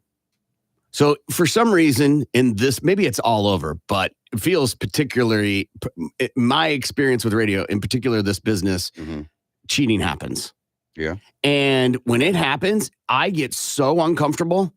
Like, I'm like, I don't want to Don't even want that kind of talk around. I don't want to get it on me. Right. Because it's like you see it, they see it in a TV show or a movie and be like, even if you did it one time, it brings all that past back up. It's like this. If you know the movie Obsession with Beyonce, if that's on, man, I go right by it so fast. I don't even want that on me. Really? Because my wife, I don't want to even plant the seed. Right. Because, it just causes nothing but issues. Yes. And I get it. It's that person's insecurity or whatever. Yeah, but nonetheless, I just don't want that smoke. Yeah. If you can avoid it at all costs, why not? So when somebody, if it happens, I'm like, I walk away. I don't want to hear about it. Because I tell my wife what's going on at work. We share a lot of things, and I'm not going to share this, which will feel awkward for me. And then if I do share it, she's going to be like, well, how do you know them? Have you ever been with them? Have you ever played a gig? Right. The less I know, the better. Yes. Plausible deniability. I don't know anything about it. I don't know what you're talking about. This text says it's ridiculous, not cool business, but hers nonetheless. Stay out of it. Not your business. I don't know if I like that. Yeah, how so? Because this person's contacted them. She's supposed to just ignore it. What if this woman then takes the next step and contacts her husband? Oh, okay. Like the emailer's husband or whatever? Yeah. Says, hey, your old lady's been fooling around with my old man. Yeah. Yeah, that causes some problems. That's what I'm like. Is there a responsibility to nip it in the bud? Yeah, you're probably right, but I don't know if the lady who's being cheated on will believe. That's the thing. Is she going to believe her? Because what's the first thing anybody says when they're accused of something? Right. Wasn't me. Yeah, that doesn't mean made a whole song about it. Yeah, and we do say that a lot with going crazy or whatever. But does that mean you shouldn't say it? Right. But again, just like when you're going crazy, you can say it until you're blue in the face. And if they don't believe you, they're not going to believe you at all whatsoever. So it's like, what do you do with that situation? All right. If it gets to the point to where she's showing up at her house ready to throw down, or contacting husband saying, your old lady's cheating with my old man, then I think there's, police can get involved at that point. Of course, harassment, right? Of course. But what I'm saying is just because they won't believe you doesn't mean you shouldn't say it. That's on them. Right.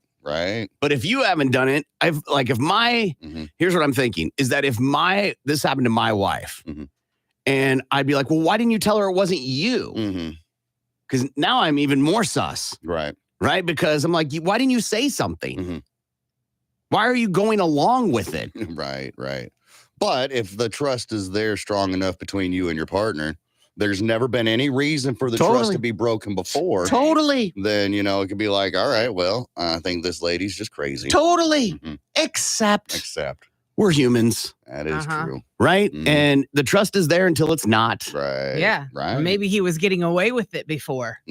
If your husband never cheated, but you don't like the way they talk to another woman, you're suddenly, the trust is a little jilted. Yeah.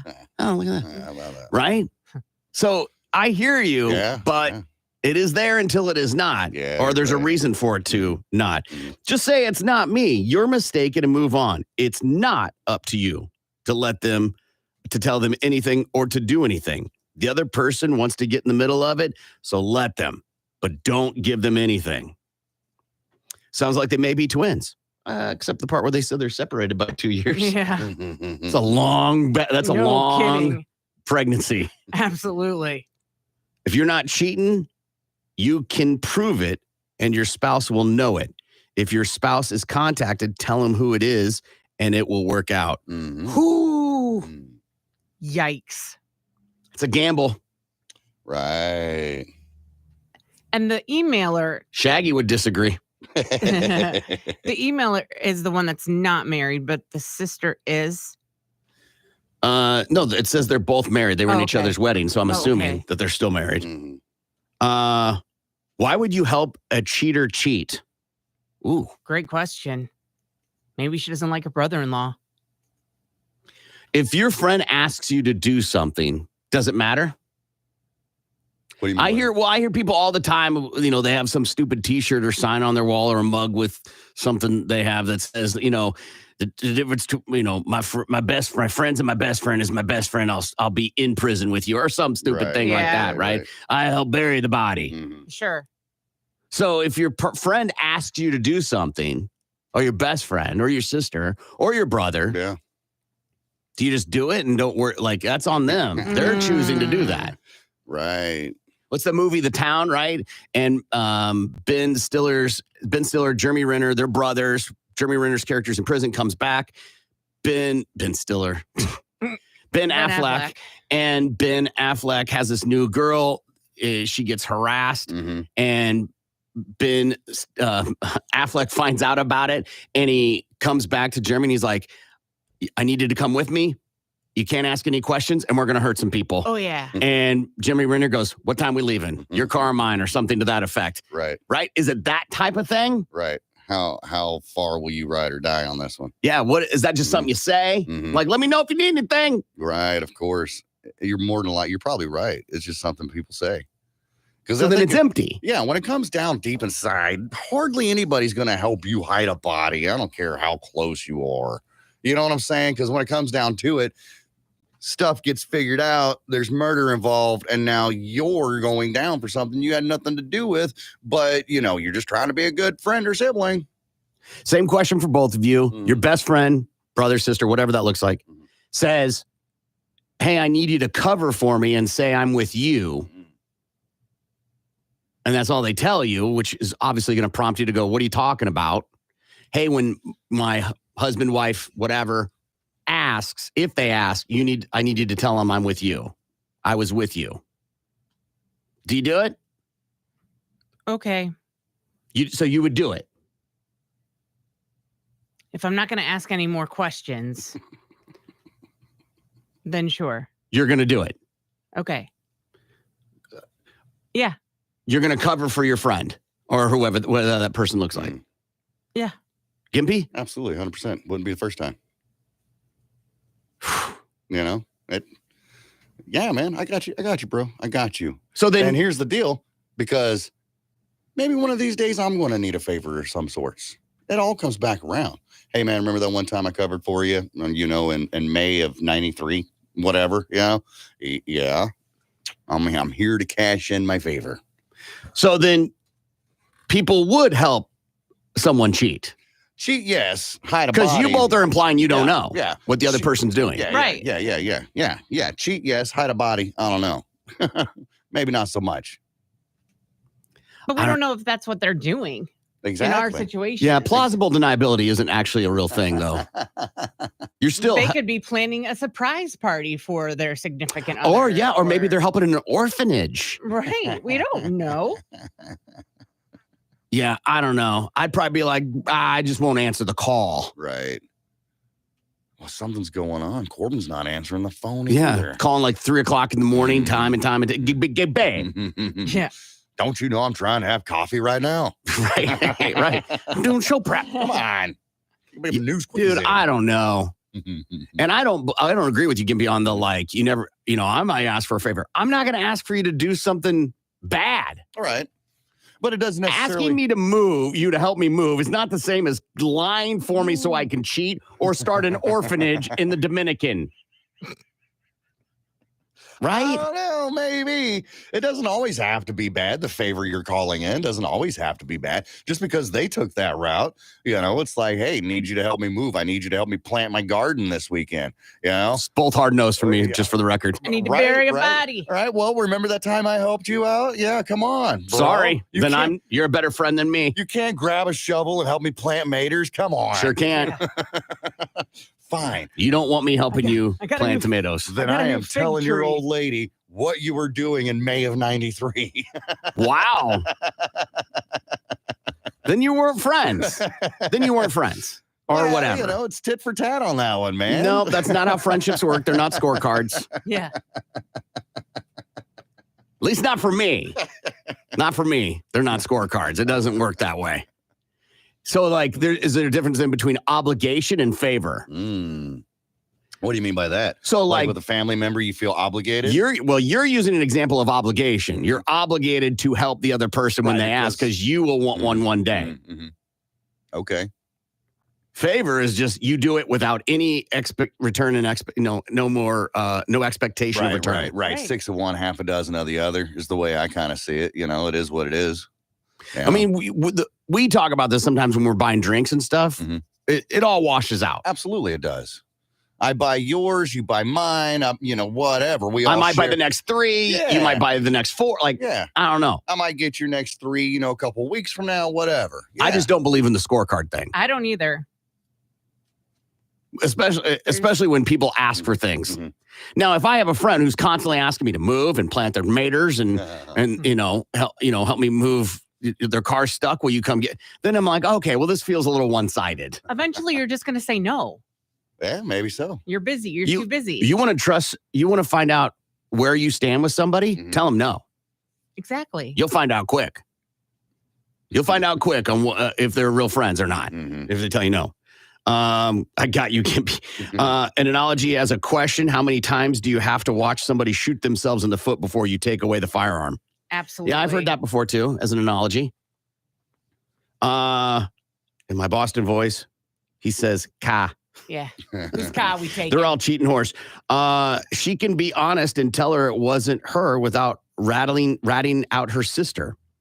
Her sister definitely needs to talk to them. The lady, it isn't you. It's your sister, because the lady could ruin her life. To be fair, your sister ruined her life. Right, by doing what she's doing. Yeah, she made those decisions. Yeah. Well, according to the Bible, I am my brother's keeper, but says nothing about being your sister's keeper. True statement. You're on your own, sister. Yeah. Reasonable option. Walk away. Nuclear option. By the way, I always love when this guy does this. Nuclear option. Invite them both to lunch without telling them who either is coming and bring popcorn. Yeah. Right. That's definitely an option. Because if you're going with the whole you got to dig in because it's your sister, then she's got to dig in when it blows up. Right. Listener email, my sister and I are close. We were only separated by 2 years. We've been on sports teams together. She was in my wedding. I was in hers. We've raised our kids, each other's kids. I got contacted by a woman on the Facebook who thought I was her. She's found out her husband is cheating with my sister, which this woman thinks is me. I haven't replied. I text my sister. She asked me to take care of that lady or just ignore her. I don't want to be in the middle of this, and now I am. Do I stand by my sister and get in the trenches with her, or just remove myself, be her ride or die, or treat her like I don't know her? Lindsay. I would just simply respond to the woman and say, I'm sorry. you're mistaken. This is not me. I have no idea what you're talking about. It's not me. And move along. What if she replies back, I know it's you? You're wrong. Sorry. And then block her. Okay. That's all you got to do. Gimpy. You keep going back and forth is what you do. All right, yeah, tell her that, hey, it wasn't me. I don't know what you're talking about. I think you're crazy, whatever it looks like to you, and just ignore it. And then that's all that you can do, really. Stop feeding the cat, Mm-hmm. and the cat will stop coming around. Yeah, I think both those aren't bad, right? I think these are two separate issues. Your sister cheating, because you don't know if she's cheating. This is just this lady. Right. Mm. So I would probably tell the lady the same thing, like, hey, listen, it isn't me. And then leave it at that. If she replies back and goes, it is you, go, hey, I told you it's not me. I'm now going to block you because I don't know who you are. I don't know what this is about. And then leave it at that.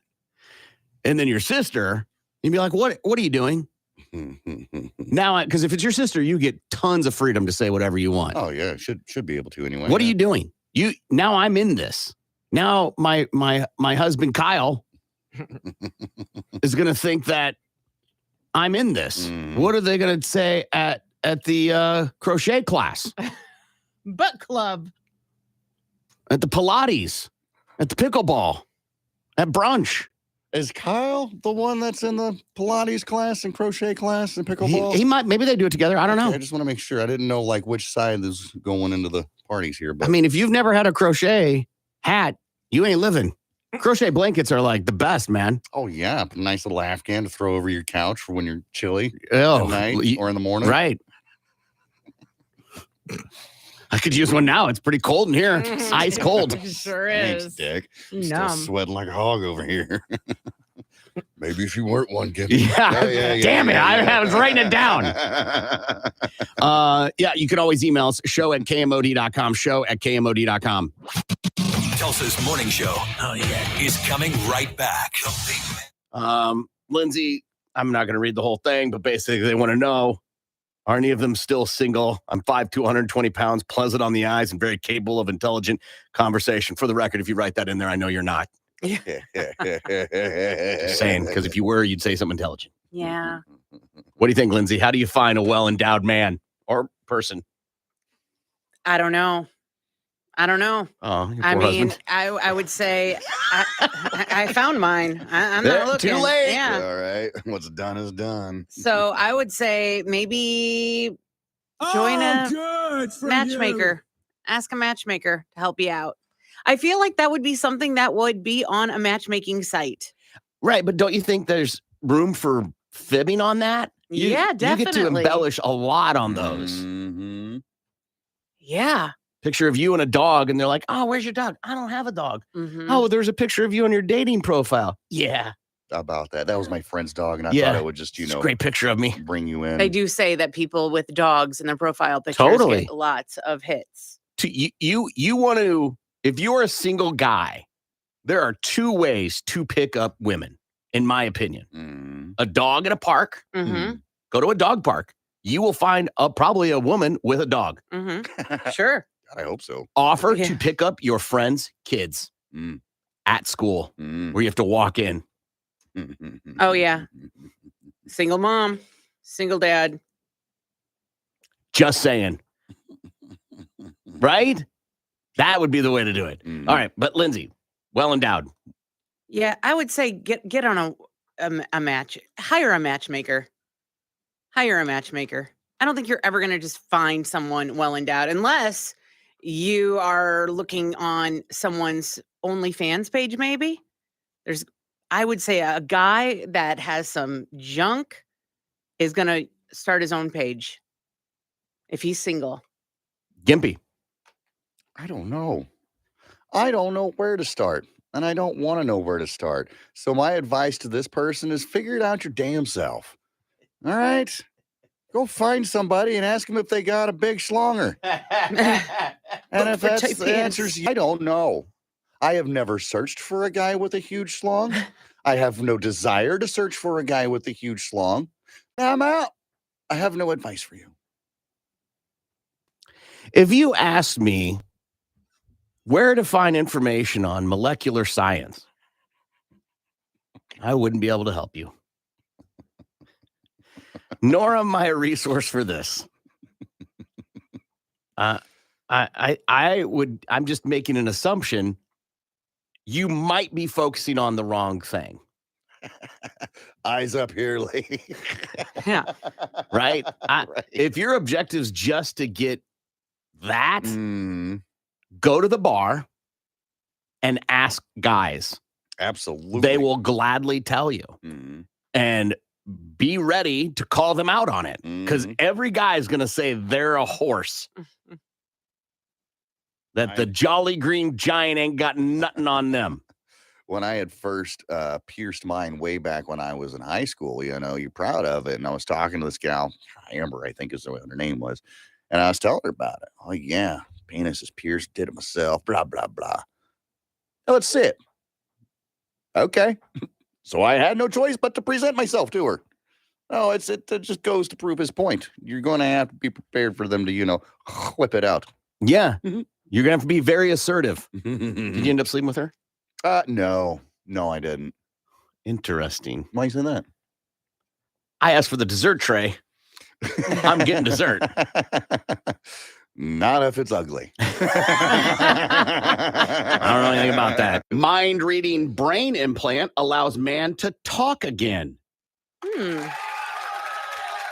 A 36-year-old patient who's being known as Pancho is the first person to try a mind-reading brain implant that lets him, quote, speak. He was paralyzed from the neck down by a stroke at the age of 20, and the device has allowed him to communicate at around 7 words per minute, despite only being able to move his eyes. After all that time, he did have something important to tell the researchers. They put the implant in. What do you think the first thing he said was? Hello. It's fantastic. I'm obviously asking because it's not hello. Can I get a churro? I'm hungry. Not far off. Uno cerveza, por favor. I think they're just calling him Pancho. Not sure of his ethnicity. Just saying. Why else would they call him Pancho? This hospital food sucks. Nice. Well, I mean, he's speaking the truth. He's like, if I could just tell him about the hospital food. Guys, I think it's working. He's about to say his first words. Everybody gather around. The hospital food sucks. Because it's a robot, right? Okay. Somebody get him an In-N-Out. Yeah. All these stories are on our Facebook page at Facebook. Not I love you, not thank you, Right. not This is incredible. Yeah, none of those things. What's Hey, that I've been say waiting 16 years to say something. None of that. What's it say about the hospital food if it's that bad? Like all that overshadowed by the hospital food. I mean, you kind of want to go, hey, it's just one guy's opinion. We all know. But he's been in the hospital 16 years. He's been like, oh, God, if I ever get the chance to talk again, this is Horrified gas station staff find severed human penis in parking lot. This happened in Mobile, Alabama. Petrol station. The staff there were given the shock of their lives when they discovered a human penis on site. This bizarre discovery was made just yesterday. Actually, Thursday. No. What is today? What's today? Wednesday? Monday. Monday this happened. January 30th. What's happening? I have no A little after idea. 6 a.m., police officers showed up, collected the severed appendage as evidence. According to the reports, police do not believe the findings is proof of any foul play, but it is not clear whose member was actually found. My favorite quote, one employee simply told local reporters, it was a whole D.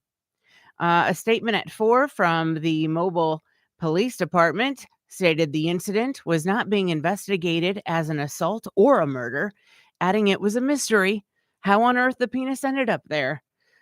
Footage saw local reporters apparently showing a black truck pulling into the station around 6:15 a.m. to fill up.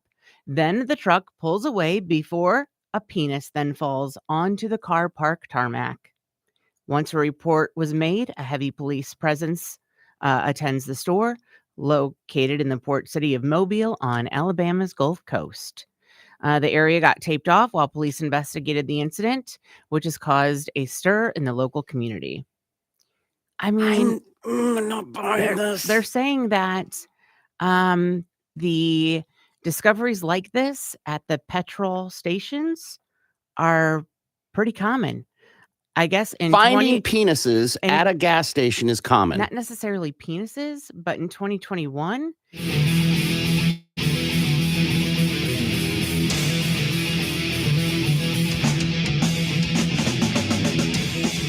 Good morning. It's the Big Mad Morning Show, 918-460-KMOD.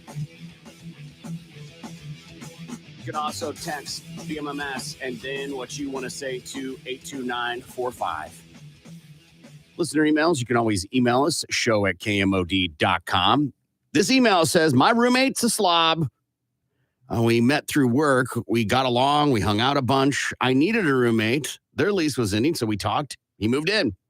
3 months later, he doesn't do any dishes. His room stinks. He leaves his door open, so I have to smell it. He eats my food. He lets his dog piss in the house. It's my house. It's not like I can move out. What do I do? We still work together, so we see each other outside the house all the time. Roommates, man. Yeah. I am so happy that part of my life, besides the ones that I have now, that part of my life is gone. Yeah. The Hopefully. roommates the state requires you to take care of. Right. I'm obligated by contract in the state. Yeah. Oh. Yeah, I mean, I've had bad experiences with roommates in the past, for sure. And I just recently got one, and there's a lot of text. Seems like every time I bring it up, because I haven't really talked about it, to be honest with you. But he's a buddy of mine, more like one of my kids to me. I mean, literally, he's a little bit older than my oldest kid, right? And he's always been that way.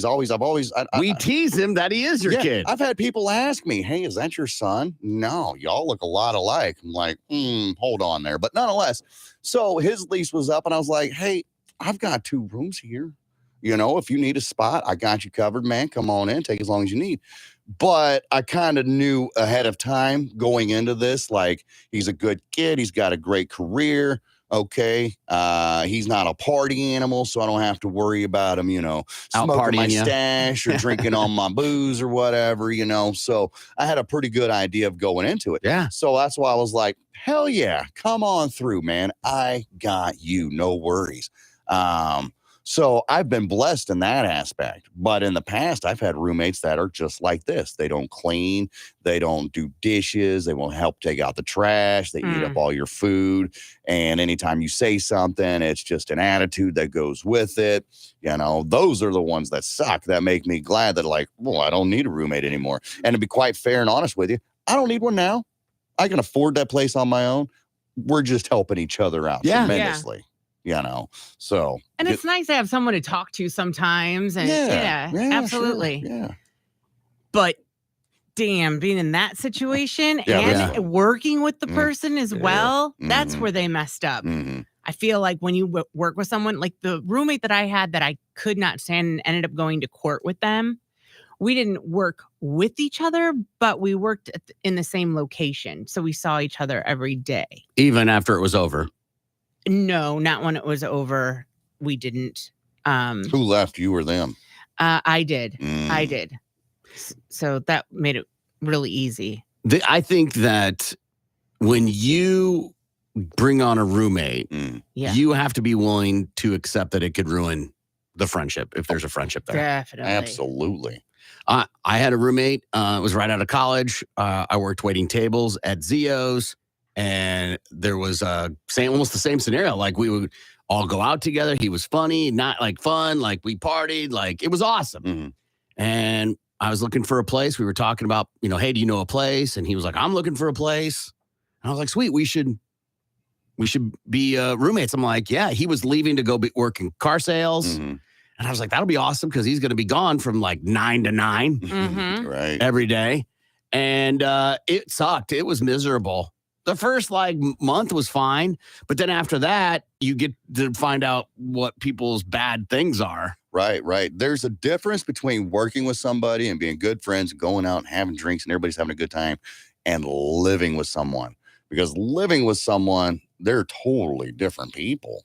Totally different. And I'm sure my roommate would tell you the same thing. I've discovered a few things, much of what I've already spewed on the radio here, but nonetheless, I mean, like the people, it's like when you're driving in your car, they pick in their nose, they're doing whatever because that's their.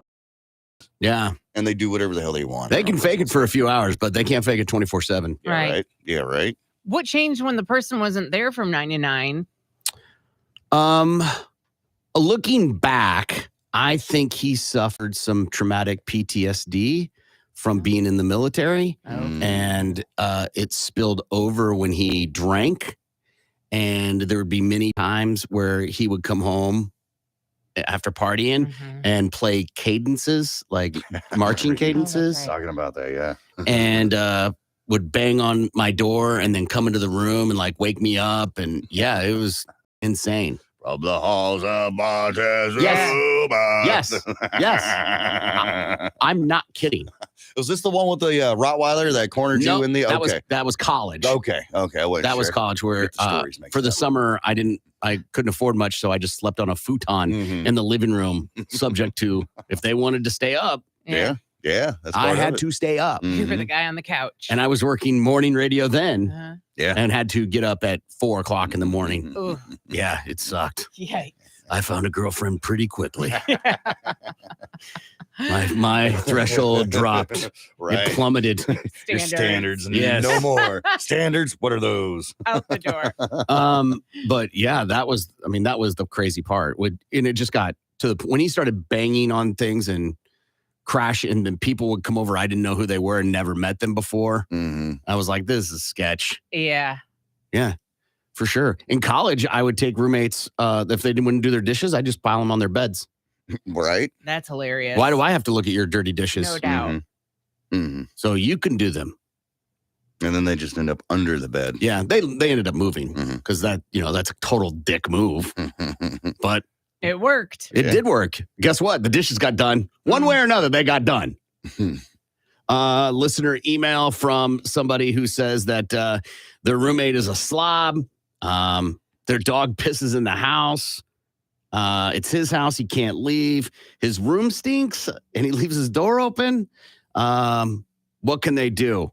They still work together and see each other every day. Lindsay. Lets the dog pee in the house is so gross. I would. Oh, that is so disgusting. And he says it's the other dude's house. No, he says it's his house. He Right. says his. If it's his house, then kick this dude out. I don't think you can just do that. Evict him. If it's your own house, you own it. You need to talk to this guy and be like, look, man, the dog's got to go because you're letting him piss in my house. Like, not cool. You have to get rid of this dog. That is disgusting. Well, that's just not going to happen. That dog is my child. Well, then you're both are going to go. Well, Okay. I can't leave right now. You're going to have to evict me. Okay, I will do that. And it'll take 30 days. 30 days. And you got to get a court order. I will do that too. Until Because then, you are squatters' rights apply. disgusting. You are disgusting. If To I me have and to my get the dog. sheriff involved, I will do that. That is so gross. Yeah. Or if you don't want to go that route, if you're afraid of the confrontation that might happen, when he's gone one day, let the dog loose. Like, it ran away, bro. Sorry. I don't know what happened. Oof. I don't know, man. Dog ran away. That feels malicious. Yeah. Yes. So is letting your dog pee in your home. Dogs do it. Dogs pee, Not that's a all thing. animals are house trained, and animals have to go to the bathroom at some point in time. But also, especially if you're gone for 8-10 hours out of the day because you're at work all the time. Right. And you don't have them crate trained because in your normal house, you just let them run around and do whatever the hell you want. But also, part of me is feeling like, you let this dude bring in a dog that wasn't potty trained? Or did he lie about it and say that the dog was potty trained? Maybe that was never brought up on, discussion. Right. Because you've been around the dog. It's been fine. Yeah. He's never Right. complained about it pissing in the house. Yeah. Like, I almost feel like you made your bed, now lay in it with this guy. So your advice is? Yeah, you need to have a talk with him about either potty training this dog or kicking the bro out. Gimpy. This is not going to end well at all whatsoever. You need to understand that going into this conversation, because the conversation has to be had. And ultimately, that's all you could do is be like, hey, man, here's the dildo, bro. Okay. So I brought you in trying to help you out. You needed some help. I thought it was cool. I thought you were cool. So come to find out, living with you, it's not so cool. You're disgusting. You don't clean up after yourself. The dog pisses and S's all over the place. This is gross, and I can't live like this. If you want to live with me, then you're going to have to fix A, B, C, X, Y, and Z, and everything in between. Okay? And if you can't do that because you want to live your life the way you want to, I totally respect that. You're going to have to hit the road, bitches, because this ain't going to work out. And if you're going to leave, I tell you what, I'll give you 2 weeks. I'll give you 2 weeks to find you a new place. And at the end of 2 weeks, if you haven't found anything because you're lazy and you didn't want to go anywhere or put the effort in, then the locks will be changed and your stuff will be on the front yard. And then your dog will be chained to a gutter or a brick or something, not let running loose for animal control to get. Is like, couldn't that come back to bite you, the 2 week thing? What do you mean by that? Well, I mean, they live there. They have a right to live there. And or is their name on the lease? Your name's not on the lease, bro. Doesn't matter. My name's on the lease and yours is not. Doesn't matter. You know what I mean? So the way I see it is I'm being generous enough to give you 2 weeks to get your stuff in order. Okay. I could be a royal dick right now and just toss everything out on the lawn like I just found out my wife was cheating on me, and then change the locks and be done with it. So I am being generous. Yeah. I understand that. Mhm. I just think legally you couldn't do that, and they could call the police and show up, and you'd have to let them in. I don't know. I'd like to think that the officer would be like, all right, well, whose house is this? Well, it's my house. All right. Is your name on the lease? Yes. Is this person's name on the lease? No. All right. You don't have any legal right to be here. Do they get mail here? Yes. Right. Then they live here. Right. The lease doesn't mean anything. It just means who's contractually responsible to the leasing company from the leasing company. Right. If that's the case, then I can get my mail sent to anybody's house and be like, this is my place. People do it all the time. Effing squatters. If that dog was peeing in I'd be like, potty train your mutt, or I'm gonna old yeller its ass in my backyard while you're at work. I would be so mad. Maybe you could charge him for a maid service. What would that do for the dog pissing on the carpet? I mean, I'm going to charge you for cleaning if you don't clean up after your dog and clean up after yourself. Gimpy said it. Yeah, congratulations. You've gotten to the chapter of life called roommates suck. Yes. Yeah, the middle's messy, man, and you're in the middle of it. I think you got without the personal accusations that Gimpy said, I think you can pretty much just say, yeah, this isn't working out for me anymore. We need to conclude this. So 2 weeks sound good? No? Okay. 4 weeks it is then. And if I haven't seen any movement in 2 weeks, I will have to take legal responsibility to protect myself. I guess that does sound a lot nicer than the way I put it. 4 weeks is very generous. You would have to give 4 weeks if you evicted them. Right. Like this text, Yeah. I think legally you have to give 30 days notice. Like I know your landlord would have to give you 30 days notice if we're, evicting you out of your apartment house, whatever. Right. And if you are the leaseholder, you would be the landlord, essentially. Because, you're just subletting part of your house to them. Yeah. Mm-hmm. References, people. References. You could just blow it up in general. Like, that's really what you got to do, right? You got to debate, do I want to blow up my financial situation and then just go tell the office that this guy moved in and he won't leave? And they'll go, well, you're not even supposed to live there. You're supposed to be there by yourself. Right. And then you just go, yeah. About that. You should probably evict me. Sorry, dude. Looks like we're both getting evicted. Yeah. Funny how things can work themselves out. Right. Work smarter. Right. If you don't want the confrontation, just get yourself evicted. Modern problems deserve modern solutions. Yeah. It's his house. Take the dog to the pound. That feels heartless. It ain't the dog's fault. No, I think that's Gimpy's point about Lindsay wanting to let it run free. It ain't the dog's fault. It's gross. Lindsay's right. 100%. That first time, the first drop of piss that hit that looped carpet, You step in it with You know what I'm talking about. Yes, Apartment I looped do. carpet. Mhm. brand new clean socks. Just Oh, that drives me bonkers. Another reason I don't want a dog. Then you should have put your foot down, not in the puddle, but down, Mhm. and not let it happen again. Been like, bro, if it happens, you got to go. I can't have your dog pissing in my place. My name's on the lease, not yours. They'll come after me. And you continuing to let it happen shows you don't respect my place. right. There's a show on Netflix called Worst Roommate Ever. It's really good. All right. You sit down Yeah. and watch this. I found It a is. show I want you to watch. People that have been staying in a residence and have belongings, mail at the house, have legal right in the state of Oklahoma to be inside the residence. So then you just change an address real quick. Right. I don't know. But they were getting mail. They were when they were living here. Do it for them. Right. Is that a crime to change someone's address for them?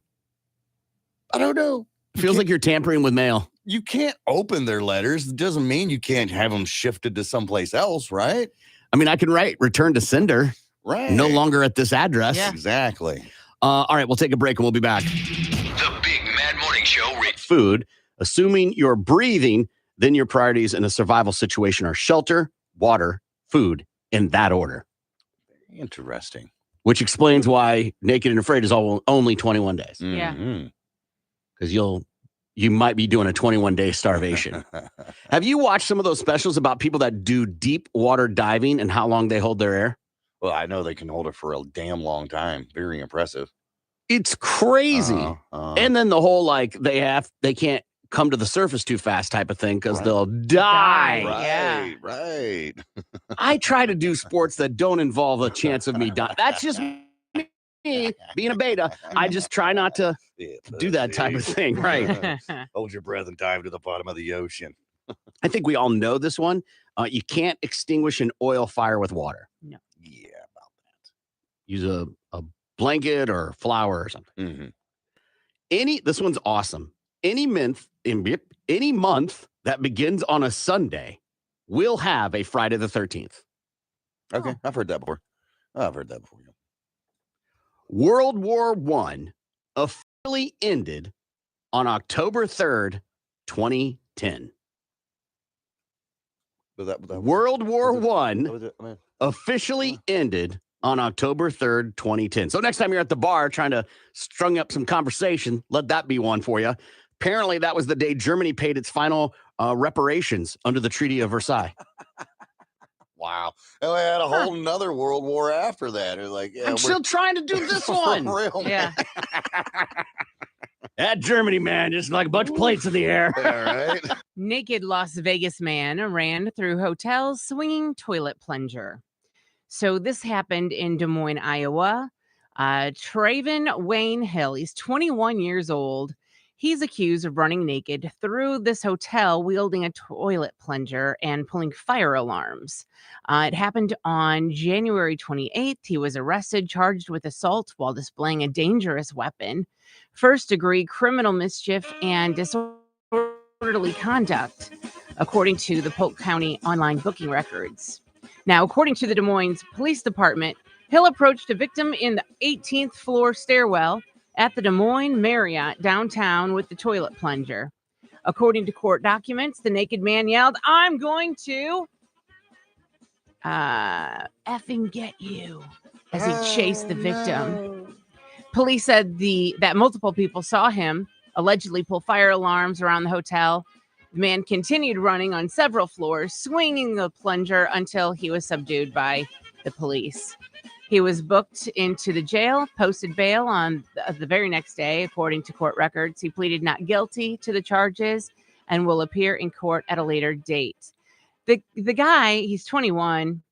I don't know if he's from Vegas. I don't know what he was doing in Iowa, but he looks kind of like an entitled brat who was probably pissed to be in Iowa on maybe around his birthday time or something. He'd rather be back in Vegas, partying, living it up. I don't know. He was just drunk. And That's what I got from his photo. Okay. I think most people that live in Vegas aren't partying up. No, but he looks like the type that wishes like he would have been there rather than in Iowa. So he's going to spend mom and dad's money and just make a mess of himself. That's what I get from his mugshot. I'm going to go to Iowa and cause trouble. Yeah. Said no one ever. You Right. go to Vegas, you cause trouble. Go to LA, go to New York City. Nobody goes to Iowa just to cause trouble. I do not have a counter to that. I grew up in Iowa. I do not have a counter to that. You only cause trouble in Iowa if you're from there because you got nothing else to do in Iowa. You're on the gravel road drinking. Man hides under sheet. I'm not sheeting you. This is pretty crazy. Yeah, it sounds like it. The lead-in sounds insane. Happens in West Virginia. This gal, she's sleeping and she hears glass breaking in her house. So she goes to check and she sees a strange man in her house. Oh no. So she runs upstairs to be with her granddaughters and she calls the police. Help, there's somebody in my house.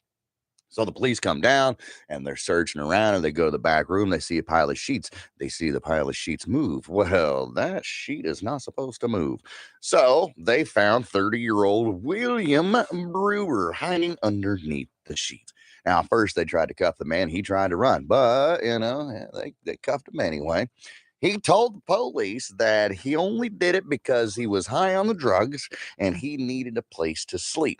He says that, I guess he broke into the lady's house next door. She called the cops too.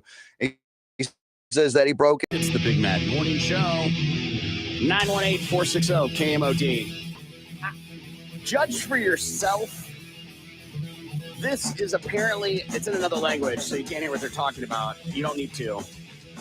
This is a chicken farmer whose laugh, they say, sounds exactly like a chicken.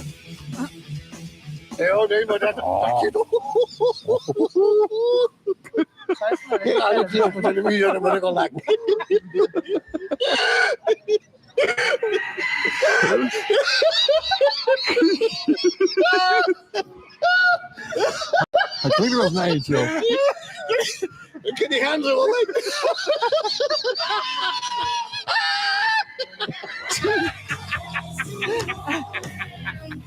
God, laughs are awesome. It's very That's funny.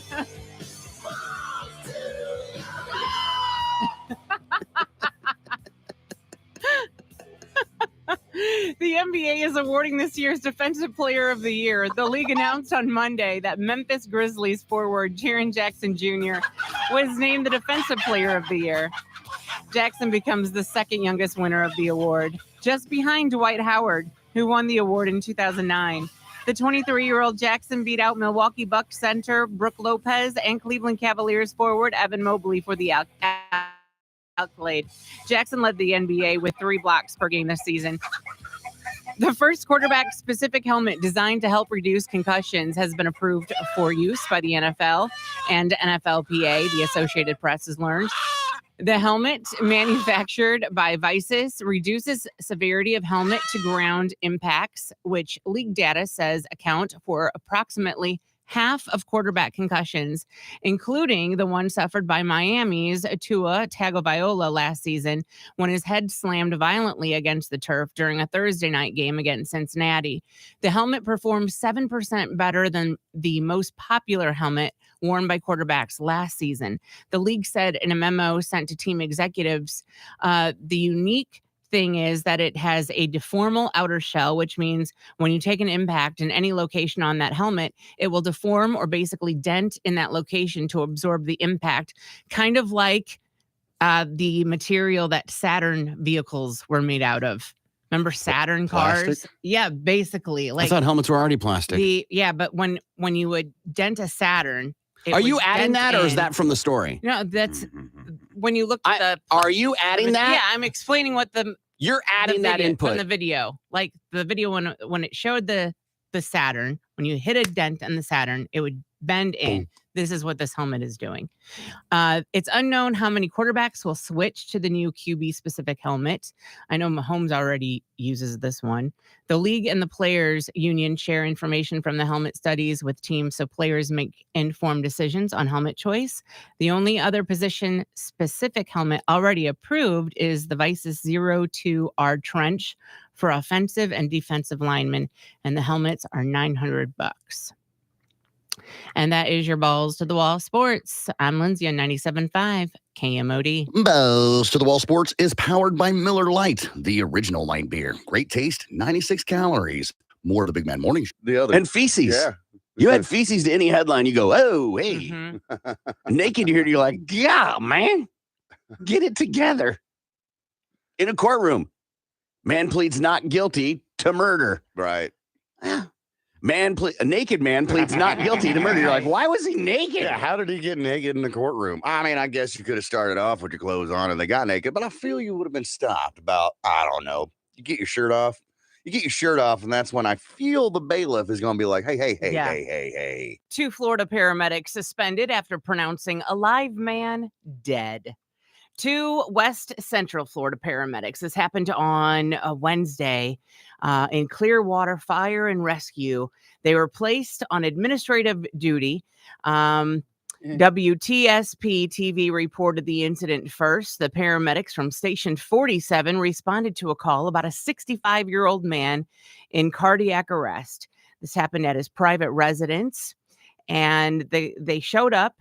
The responders pronounced the man dead shortly after their arrival. Clearwater Fire and Rescue said in a statement, they left the area once deputies from the sheriff's office arrived to investigate. And according to the news release, a deputy noticed the patient was breathing and requested medical crews to return to the scene. Then Largo fire rescue crews were called and reached the scene about 28 minutes later. And the man was then transmitted to a hospital where he's recovering, according to another TV outlet. Upon notification of the incident, the Clearwater Fire and Rescue team immediately removed both fire medics from their normal duties and discontinued their abilities to provide patient care in conjunction with the county's medical director. They said, on behalf of the city, I apologize for the actions. No, they're real sorry. and the inactions of our crew during this incident. He said, we have strict policies and procedures in place that were not followed. According to our preliminary review, these 2 did not perform to the standard of care that our citizens expect and deserve. They have to say that. They can't say they did everything according to code.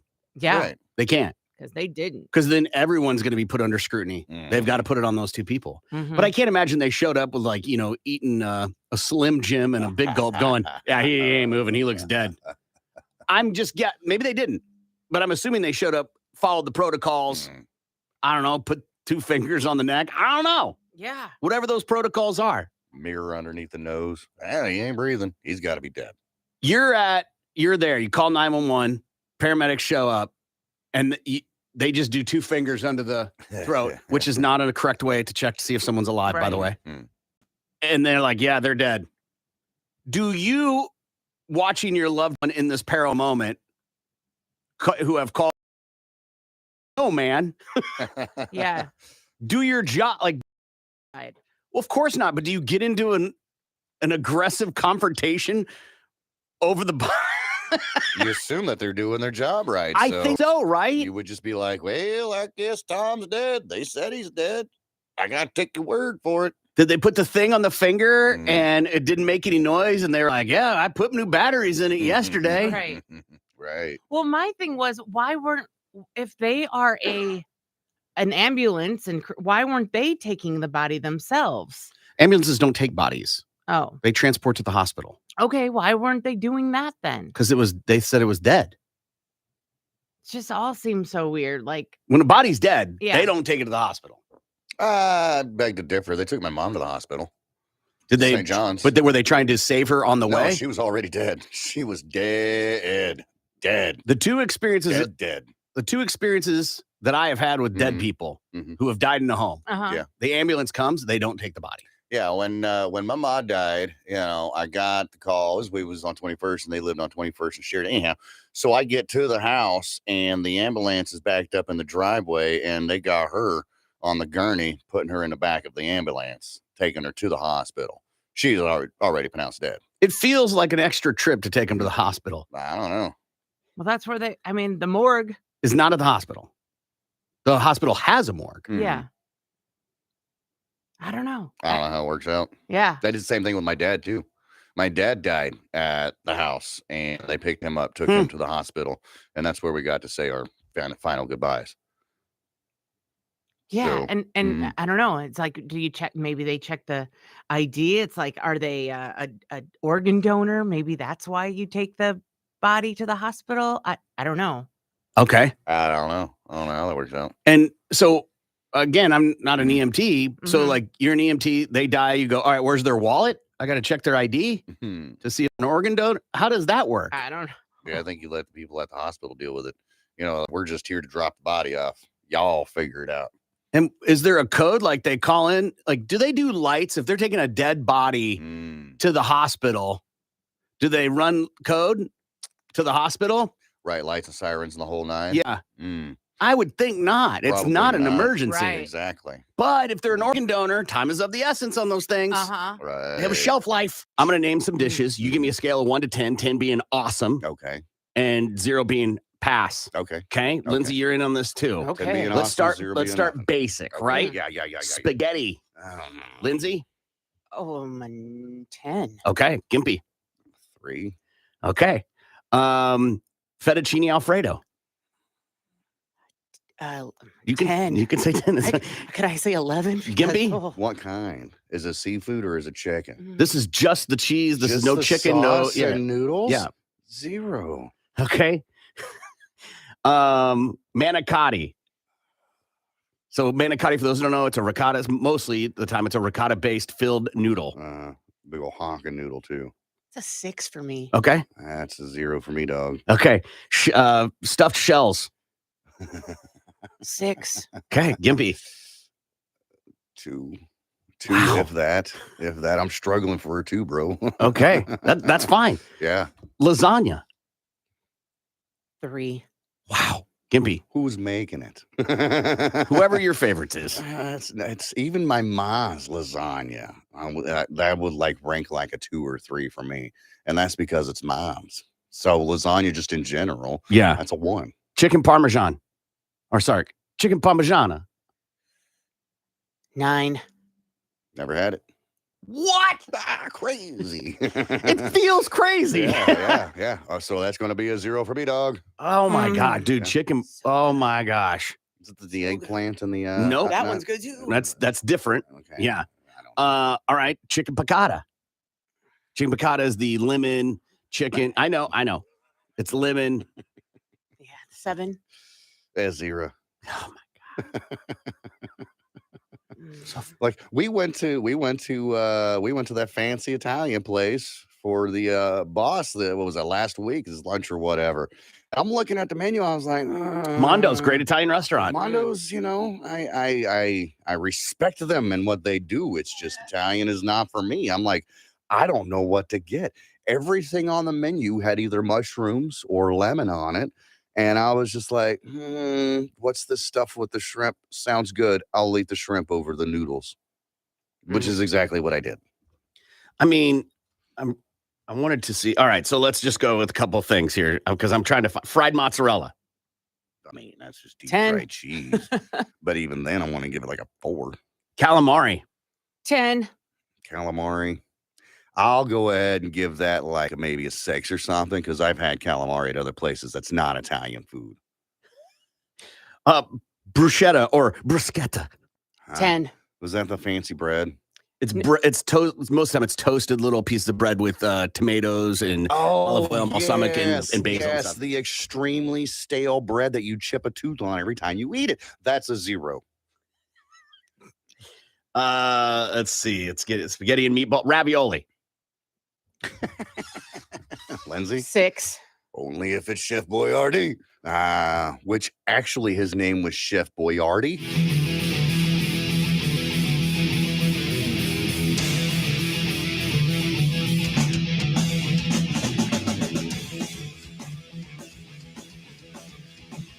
Good morning. It's the Big Mad Morning Show. 918-460-KMOD.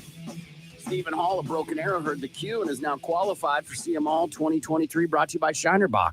Stephen can be seen every concert KMOD is a part of the rest of the year, including VIP Weekend Rock Oklahoma tickets. That giveaway is coming up later this month. So it'll be after this month, though, that'll kick in. But you want to get qualified like Stephen, listen for that cue. It's be about 11:28 Jelly Roll play. If you hear Jelly Roll at 11:28-ish, then you've missed the cue and you need to start dialing, all right? It's CMall 2023, brought to you by Shinerbach. Good morning, Lindsay. Good morning, Corbin, and happy 32nd porn star birthday to Rainy Moon. See this colorful cutie in Happy Ending, Ree's first gangbang, and In Trouble with Stepdad 2. Good morning, Gimpy. Good morning, Corbin. We just listened to Godsmack. Now, not only are they going to be playing Rocklahoma this year, they're going to be playing over in Rogers, Arkansas on May 9th at the Walmart Amphitheater. You know, Rogers is only 2 hours away. That's a total doable show. And you can get free tickets at the contest page at KMOD.com. Let's do To Tell the Truth. Time to tell the truth. This is your opportunity to ask anything you want. Just remember, keep it clean. No bodily fluids, nothing sexual, and don't forget, we can and will pass on a question. Let's open up the phone lines. Here's Corbin and the gang with all the truth you're going to need. 918-460-KMOD. Can also text BMMS and then what you want to say to 82945. To tell the truth, the one that I have was, and I saw this online, what are some really dangerous things that most people don't realize are dangerous? Okay. Jumping from at the lakes, like Sky took Cliff jumping? Cliff jumping. Yes. Very dangerous. Because? I did it.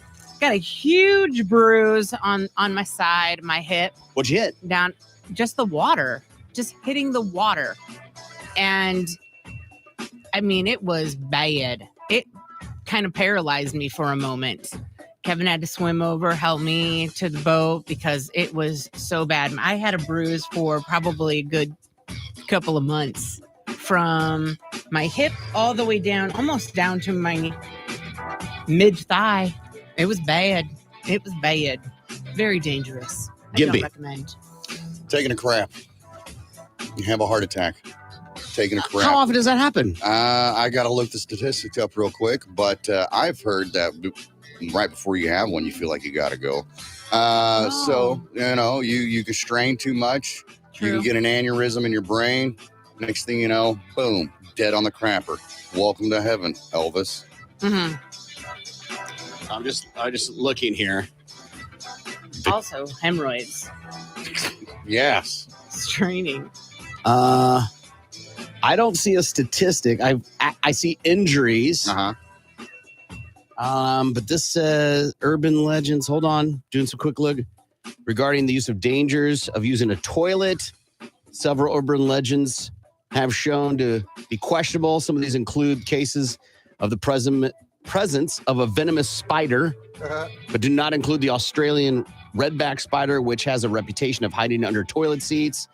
Recent fears have emerged from a series of hoax emails about the blushing spider, which began circulating on the internet in 1999. Spiders have also been reported to live under seats of airplanes.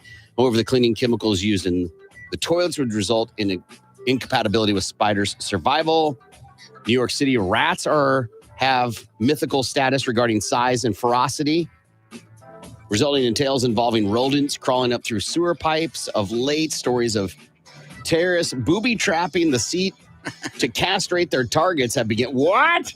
Like on Lethal Weapon? Another myth is the risk of being sucked into an aircraft lavatory as a result of the vacuum pressure during a flight. That's awesome. They say there's a rare condition called defecation syncope, SYNCOPE, Okay. a fancy term for the loss of consciousness or fainting that can occur while pooping. Okay. So Think about it like that. You lose consciousness, you faint, you fall over, you hit your head on the counter, right? Boom, you're dead.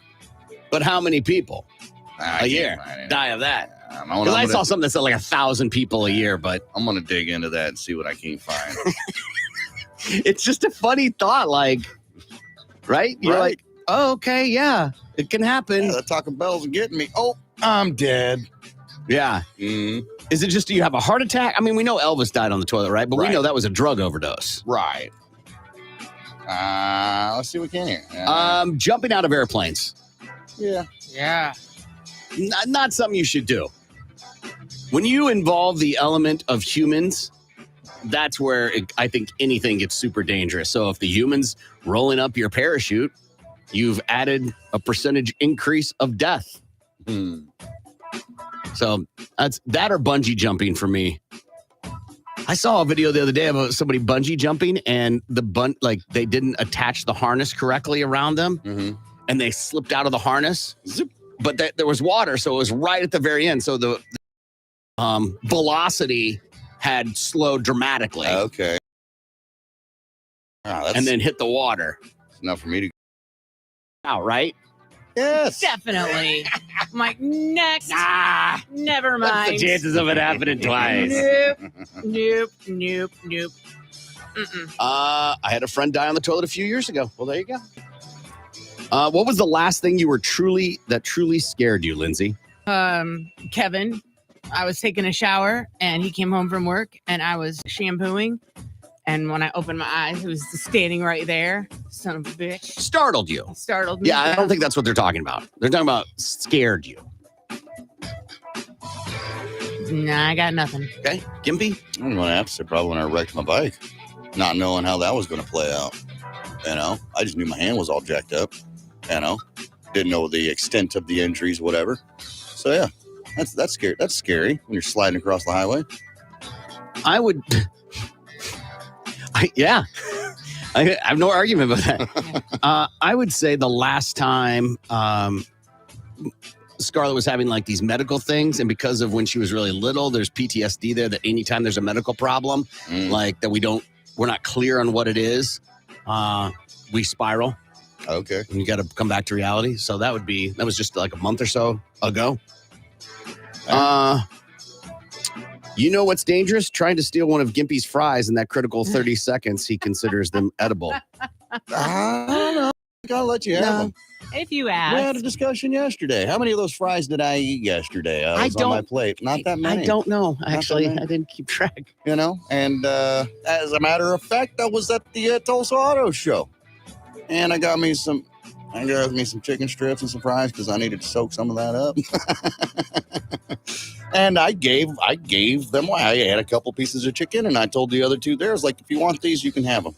Fries, I'm not worried about.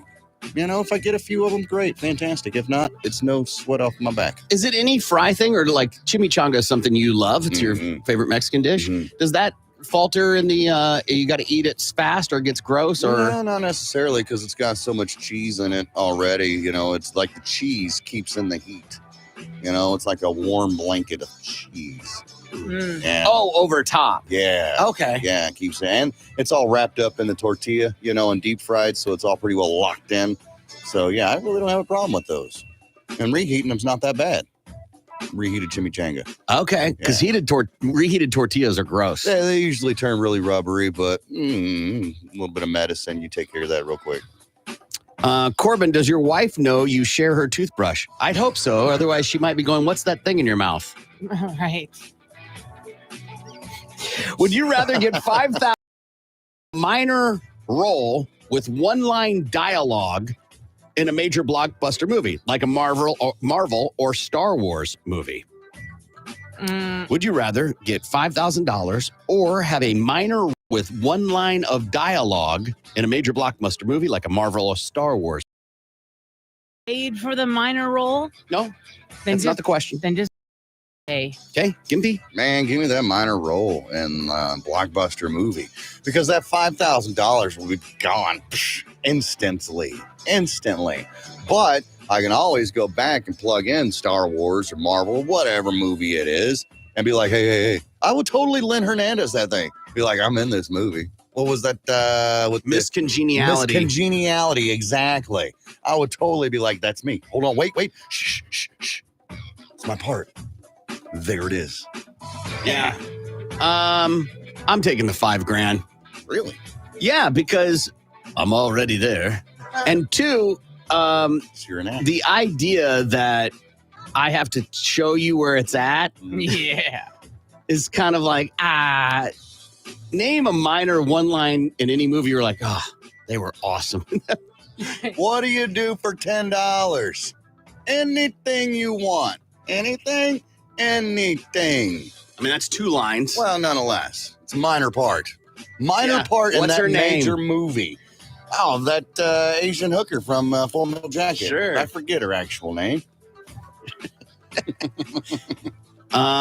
Meeting a chick off Tinder just to get robbed and held at gunpoint. I guess that's the last time they were scared. Oh, yeah. That would be terrifying. Yeah, it would. Are you done with Tinder? Like, do you go to like Farmer's Almanac or farmersonly.com? Well, the moon's in the 4th cycle and says that I will meet somebody today. Can we all agree a 10-hour, 4-day work week is what we need? Nope, sure can't. I mean, we can agree on No, it, but we it doesn't can't. mean that we will. Because I ain't doing 10-hour show. Oh, wow. Yeah. Oof. Gimpy, what about triple cooked fries? If done right, they stay hot and crispy longer. But if they're done wrong, then they're just burnt. Most people do fries wrong, just for the record. Yeah, No I'm kidding. good. I'm And- good. Ooh, triple cooked, there'd be nothing left in them. Potato would be all gone. I don't know. Dried I've never out. asked how many times they cook their fries. I assume that it's just once. 2 is the recommended way to do it. Really? Mm-hmm. I'm working a lot of fast food places. We never dip the basket back in there. Yeah, those are different, Uh-huh. right? Because when you get them, sometimes they're already pre-cooked to a degree. Oh, see, I didn't know. I just open up a big bag of fries and dump them in there and watch it go. Would you rather be the tallest person in the world or the shortest? I think I'd go with the tallest because I feel then I could probably get away with eating more. Yeah. And getting whatever I wanted off shelves. Yeah, but nothing on the bottom shelf. Gimpy? Your statement. I think I'd rather be the shortest person in the world simply because I can, hide away easier. If you're the tallest person in the world, there's really not much hiding at all whatsoever. You stick out like a sore thumb. If you're the smallest person in the world, like a rat, you can scurry under a desk and nobody gonna bother you. Shortest person all day. Being the tallest person, you're inconvenienced constantly. From beds to clothes to tables to sitting in a airline seat. Right. Everything. You're constantly inconvenienced. Being bombarded. Hey, can you get this off the Yeah, shelf? oh, for me? right. Right. Playing, will you be on my team? Right. Right. Well, how's the weather? Uh, Right. I saw this question. I thought it was really interesting. If you were offered $20,000 today to leave your job today, would you take it? 20 grand? Sure. Okay. Gimpy? leave this job here? Yeah, this one is your right here. job, yeah. This one right Yeah. here. No chance in hell. No chance. Yeah. I'm going to go with no on that too. Sorry. Kind of like what I do. Yeah. And I don't think there's I don't think there's an amount of money that would cause me to do it. I don't know if somebody was like $100,000, but even then, much like the $5,000 part, that money's going to be gone. That money's going to be gone. And what's the chances of me coming back here and doing this after I was paid $100,000 to leave? You know what I mean? I don't like that idea. Yeah, it's a fun question to ask people because of their reasoning. Yeah, it's 20 grand. Why would I not take it? I can get another job or no, I don't want it because I'm not working here for the money or whatever, like Gimpy's illustrating. Would you rather have a golden voice or a silver tongue? Ooh, okay. What does that mean? What's the difference? Silver tongue meaning a golden voice, like, you got such this great voice and people like, I want you to do voice acting maybe and, get you off the streets and stop smoking crack or blah, blah, blah, stuff like that. Silver tongue, you could talk anybody into doing anything. Yeah, you could say all the right things. Mhm. Yeah. Lindsay? Silver tongue is saying all the right things. Yeah. Okay. Golden voice. Okay. Gimpy? Give me that silver tongue. Dude, silver tongue all day, right? Mm-hmm. Because golden voice doesn't mean anything. Just because you have a good voice. Right. There are plenty of people with good voices that don't do stuff with it. I think of golden voice as like a singer, like having that golden voice. If I had the singing voice, I would. A lot of people have singing voices and don't know how to sing. Wow. Right? I'd get a coach. Sure. Learn how to use that golden voice. Sure. Someone said, "What's your dream car?" We kind of went through this last week. Go ahead, Lindsay. Yeah, we did. My number one was a Rolls Royce, any kind. Even that crap one we saw Right. yesterday on that list. Except for that one. The one that looks like it belongs in a Matchbox set. Right. Gimpy. The new Dodge Challenger Demon 170. Badass. Yeah. How about any of the ones on my list? An El Camino. There you go. 68 El Camino. Fred Flintstone or George Jetson? I'm not sure what you want or need them for and why you're choosing one of them, but Lindsay? Weren't they both a little moody? They both kind of had a chip on their shoulder.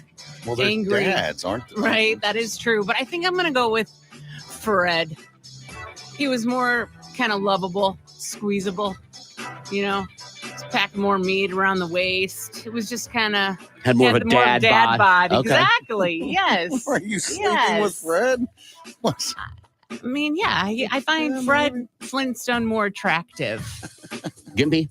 I am going to go with Fred because I feel he has been through the ringer.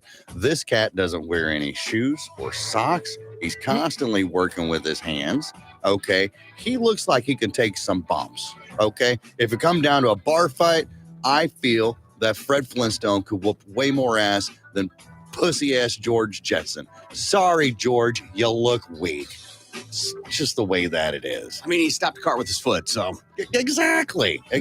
Fred Flintstone's guy. He's a tough sumbitch. I don't want that wife swapping dude. I'll be George Jetson all day. Thought Fred Flintstone was a wife swapper? Yes. Look it up. It's a thing. Okay. I don't think. And forget the don't whole know. idea of like they're cave people and dinosaurs and the threat. I'll take the modern luxuries of the future. Right. Betty and Wilma were a couple of hotties. Sure. Okay. Some viewers think that the four were so close that they were swingers and swamp partners for nights of fun.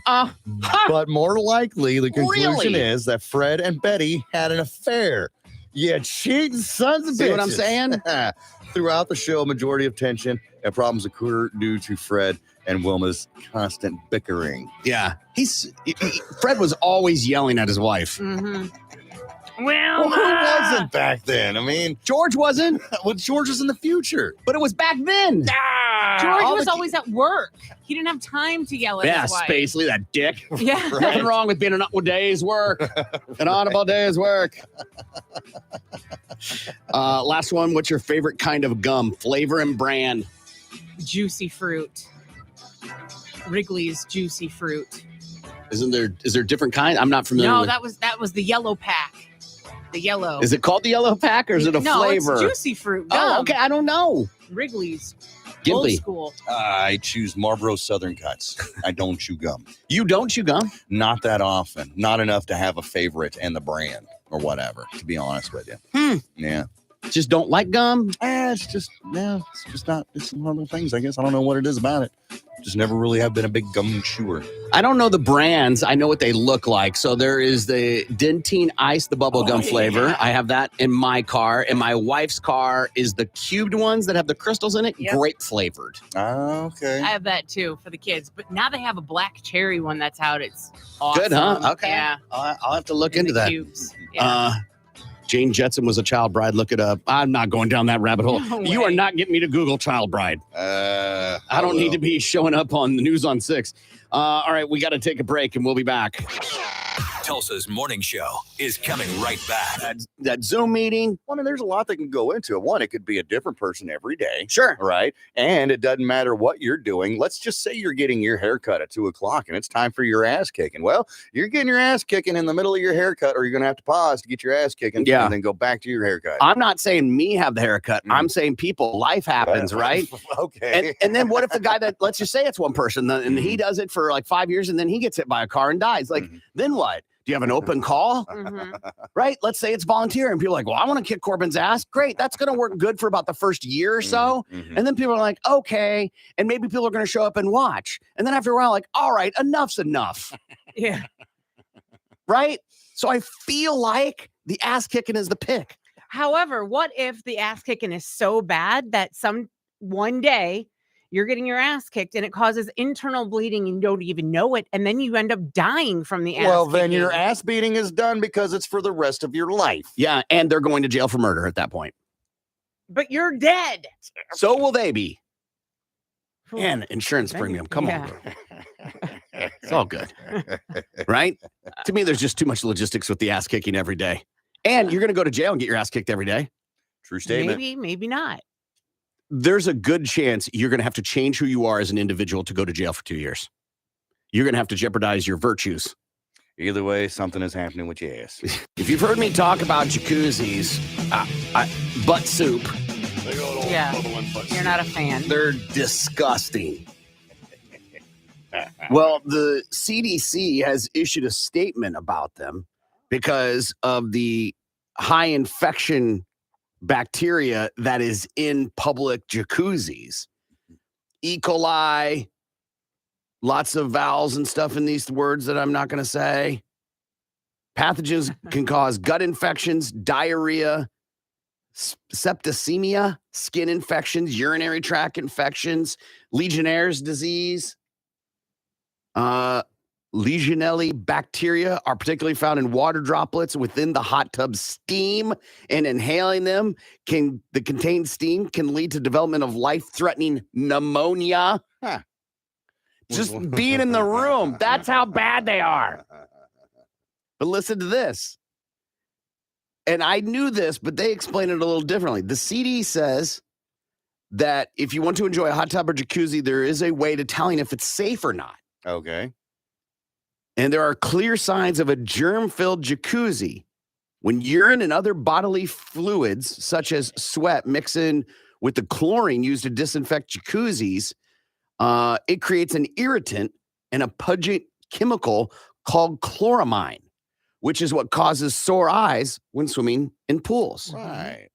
The more bathers that deposit their bodily fluids, the stronger the smell of chloramine, which smells like bleach. And the greater the likelihood the spa or hotel jacuzzi has low levels of disinfectant and high levels of bacteria. So if the hot tub smells really strong, the chances are not safe. Even if the water looks clean and clear, it's also worth noting that the water does become murkier the longer it goes without chemicals. So anytime you've gone to the public pool or the this water says park, jacuzzi specifically. Okay. So, but we're jumping to that, but I hear you. Yeah, I mean, I've gone to some and I'm like, dude, it reeks of bleach. I didn't know that it was because of all the pee-pee in the pool. I know that's what causes your eyes to burn, but I didn't know it would smell worse. Right? Wow. Yeah. Wow. That's interesting. Yeah. So like my family went to Great Wolf Lodge last year. If you've ever been there, it is like you're getting LASIK. That's how strong it is. Yeah. Right. It's horrible. Yeah. How many kids are around? Yeah. Yeah, dirty ass Yeah. kids. And you multiply, let's just take half those people have bubble guts. Yeah. And if that feel like I'm being dramatic, let's just go with a quarter. Right. Just because they got the Bee Gees doesn't mean that they're pooping in the pool, but they be tooting it up. They be making their own jacuzzi, and that's leaving particles. Yeah. Floating around. Not everybody has a bidet. And as you go under the water, you splash it all out. You got some in your mouth. Right. Yeah. Look, I'm a fountain. Or it's in your beard, and then you go to eat some of those delicious French fries. Yeah. Got it on your hands. You start licking your fingers afterwards. Gross. I love useless information. Oh, yeah. I'm constantly on the hunt for it. And the amount of useless things I cultivate and put to the side and never use is endless. And then when it's time to recall it, I'm like, I know a thing. So these are some of those. I don't know. Have you ever been to the park and fed the ducks or the geese or whatever? Yeah. What do you take? bread, crackers, Bread, right? or whatever. Yeah, whatever's left over in the pantry about to expire. Sour cream and onion chips or bugles or whatever. Well, apparently giving bread to ducks is really bad for them because it ruins their digestive system. Yeah. So you're killing ducks. Like, I don't care. So now when you go and you see that, just laugh that those people are killing ducks. So this one's a little deep, so bear with me.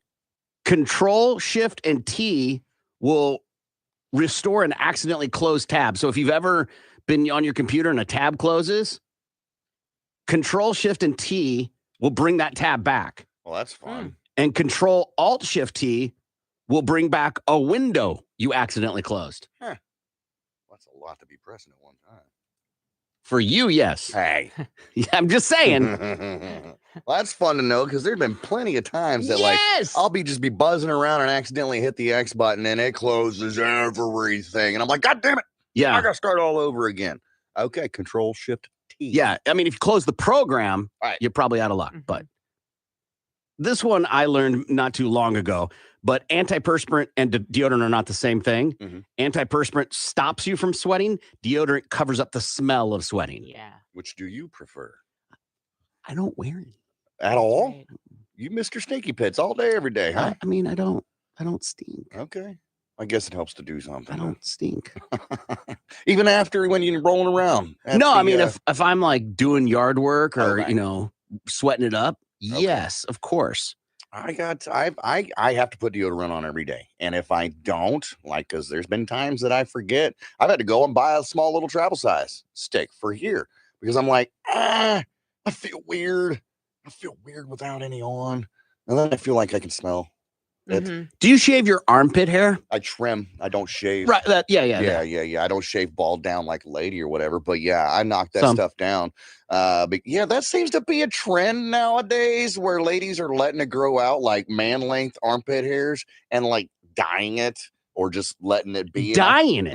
And I find that the most disgusting thing ever. I don't think that's common. I don't think it is either. I think maybe it's like a handful of people. Okay. Some people are doing it. I didn't learn until like in my 40s to trim my armpit hair. Oh, absolutely. You have to. You get all poking out like you got buckwheat in a headlock. No one ever told me. Or shave down yonder. I've talked about that. Trim that as well. You stinking ass. Yeah.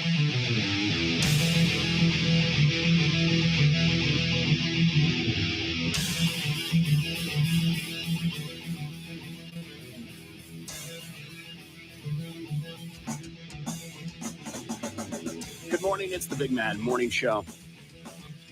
I'm going to run through these really quick, only so I can say one thing. These are myths about being pregnant. I didn't know there were any, but all right. Okay.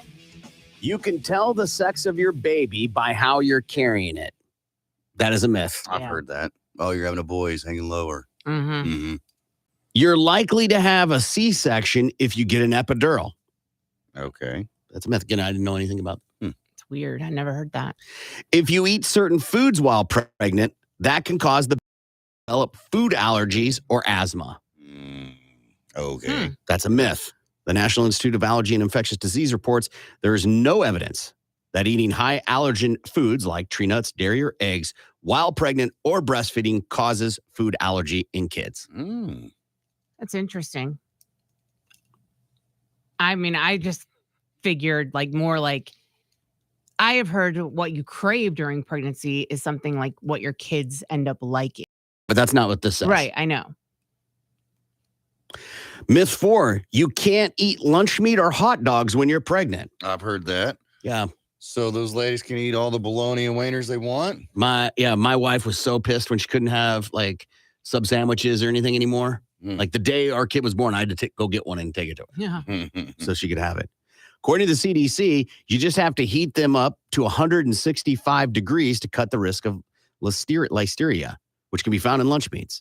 Pregnant people are 10 times more likely to get listeriosis than a healthy adult because of changes in their immune system. So you got to heat those deli meats. Who wants hot deli meat? Not me. Awesome band name. Hot deli meat. We're on deli meat. That's all I wanted to say, really, about all that. That's the only reason that I brought that up. Moving on. So this is a crazy story, and I don't know if I could do this. Couple beheaded themselves with homemade guillotine. Bro, I seen that headline and I was like, all right, I got stuff to do right now. I'm going to get back to this. I'm glad you're here. I'm glad I'm here too. What the hell? No chance. They simultaneously decapitated themselves using an improvised guillotine rigged in a way that their severed heads rolled directly into a fire altar as part of some human sacrifice. They are 38 and 35 years old. This happened sometime between Saturday and Sunday in India, according to police. The couple first prepared a fire altar before putting their heads under a guillotine-like mechanism that was held by a rope.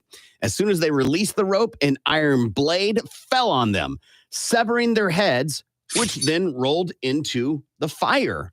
The couple's two children, 12 and 13, found their headless torsos when they returned home from visiting their uncle in a nearby village where they had been sent by their parents the day before.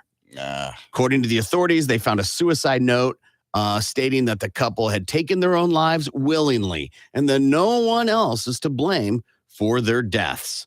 Mm-hmm. In the parting note, the duo appealed to their family members to take care of their elderly parents and their two orphan children. If you're going to be a part of a sacrifice and you want to kill yourself, don't leave a to-do list. Get it done before you Get do it done. Yeah. It's not like suicide. This is a little different than suicide, right? Like your mind goes astray, and you could argue these people did too, but you feel like you're doing it for a cause to be better. Yeah. Or go to a better place. Mm-hmm. Don't leave a to-do list. Right. I wonder whose idea that was, because there's no way that both of them are like, yeah, totally. Right. It's always one person. Right. And did they say simultaneously? Because I'm imagining this two-person guillotine, right? And then, do they both pull a rope at the same time? Then yes, then simultaneously they did it. But my guess is just one person. They both got their head down in the hole and, all right, are you ready? Yeah, all right. Are you sure? I guess. And then they got to pull the rope. Hey, did you? Right. Right. Huh? Drink the coffee pot. We'll never know. Hey, did we get the? I wouldn't even know where to start on making a guillotine. Besides, I need rope, wood, and metal. Right. That's it. Right. How thick does the blade have to be? I would think the density or durability of the blade is kind of important. That's very Super important. heavy. It would have. I would think. Yeah. Where do you find that? And razor sharp for that fact. And then where do you keep it? Mm-hmm. And I don't know about you all. I do any project at my house. I immediately need to show my wife what I've done as a proud Well, if male. she's in on it with you on this one, then that shouldn't be a problem. If she's not in on it with you, then that's definitely a problem. Can you imagine going to Lowe's? Like, you can do it. We can help. I need to make a guillotine. Gonna help with that? Yeah, they wouldn't know. They don't even know where the PVC piping is. Yeah, right. They don't know what the elbows are in the PVC pipe. But to me, the idea of like, how would you build it? How tall does it have to be? Not very, probably, because I think It needs velocity to get through. That's why. Oh, yeah, that's The true. sharpness of the blade and the velocity is Yeah. what gets through your spinal cord. Ooh. Well, here's a design on the internets. Okay. How to make a mini guillotine in 34 steps. It has pictures. 34. Let's not read all 34. So my thought here is like, well, if you just have to, take these 34 steps and use bigger props, bigger pieces, right? So, I mean, it just says here you're going to need a table saw, a sander, a drill press, drill bits, Sure. wood clamps, a nail gun, which is optional, by the way, a tape measure or a ruler, and a pencil. Right. But what material do you need? Well, you need a 1x6 by 4 inches long, 1x6 by 4 inches so long. a 4 foot long 1x6. You need a 5.5 by 1/4 by 2 inches long. I guess that's still the wood. You need 1/4 inch. See, we're like, that must be wood. Right. You need a 1/4 inch dowel by 4 inches, a 1/2 inch dowel by 1 inch, an eye hook, a pulley ×2, some string, Gorilla Glue for whatever reason. Well, for the joints, of course. And wood glue. And stain if you want. Yeah, you're not going to half-ass it. You don't want to. You want to be able to handle the conditions. But dude, for real, it So shows you. It doesn't say anything about a blade. Well, we haven't gotten that far yet. But materials needed when we're going through the wood. Right. It didn't say anything about a blade. That's the leg assembly. Assemble the table. Blade assembly. At this point, you will need to make a decision: safe or dangerous. If you choose the safe route, pause. People are making one, then they want them to be safe. Well, yeah, they're for like what? Like Halloween decorations or whatever, or props. Yeah, then that's show not props. a functioning guillotine. I mean, listen, if you pull the rope and the thing goes shink, it's functioning. It's just a matter of how sharp is the blade. No, that's a prop at that point. Right? To me, functioning is it can do the job. Right. Well, let's say if I have a foam sword, right, that's not a functioning sword. Tell that to Alec Baldwin. Yeah, right. It says if you choose the safe route, make the blade out of plastic or wood. Do not sharpen the edges of the blade. The spacer and counterweight should also be made from a lightweight material. The dangerous route shown here uses steel for the blade, spacer, and counterweight. So there would need some you would have to practice, right? So if they committed to doing this, they would have had to have built the guillotine. Yeah. And maybe you could do it in 24 hours. I don't know. You at least need 24 hours for the stain to dry. At least. Right? And then standing at your sail. And then you got to practice. I would think you do a dry run with like a watermelon. Oh yeah, because you don't want to get you and your down there. Yeah, you don't want an Release injury. The rope and it just does nothing but just right there. Right, like right. You know, you want to yeah. And then she's yelling, this was gonna work. God damn it. I was expecting my head to now it just hurts. Or you do it only one side go. Yeah. You would need a practice run. Yeah. And then do you have a last meal? It depends on how deep you want to go. I mean, you probably wouldn't because to them, it's not a last unless you need it for the journey. Right. But you're going to a place that all the things you would ever want are at. Yeah, but the road to heaven's a long one, and you get really the queue is proof for real. So I mean, you at least want to have like some granola in your pocket when you leave. I don't know, dude. And 34 easy steps, or however. Does it give time frame? Because like when you get a recipe for oven feta chicken or whatever, it says like you can do this in 30 minutes. Let me see what we got. 5 minutes of prep, 30 minutes of cook. Yeah, it doesn't say like how long it takes. I guess it's up to you. But when they're building their fire, how many times do you think one of them would have to have said, still want to go through with this? Like, no, that decision's made. Oh, if you convince your spouse to go to Easter Island, the whole time you're packing, you don't go, you sure you want to do this? You sure you want to do this? You sure you want to do this? Because to them, that's what it is. This is a spiritual ritual. Mm-hmm. So it's a sacrifice to get them to a better place. Mm-hmm. Man. They would sacrifice themselves together. Just for a second. What did those kids do to drive them to that? Or no. Or else they would have taken them with them. Oh, no. Because it's a better place. No, you stay here. Yeah. Right. You done pissed me off for the last time. I'm going Sure. to heaven. You're staying here. Sure. With your Uncle Steve. Yeah, the touchy one. That's an inside thought. Yeah, probably. All right, we got to take a break. We'll be back. Tulsa's morning show, the Big Man Morning Show. 47 responded to a call about a sick arrest. This happened at his private residence, and they showed up. The responders pronounced the man dead shortly after their arrival. Clearwater Fire and Rescue said in a statement they left the area once deputies from the sheriff's office arrived to investigate.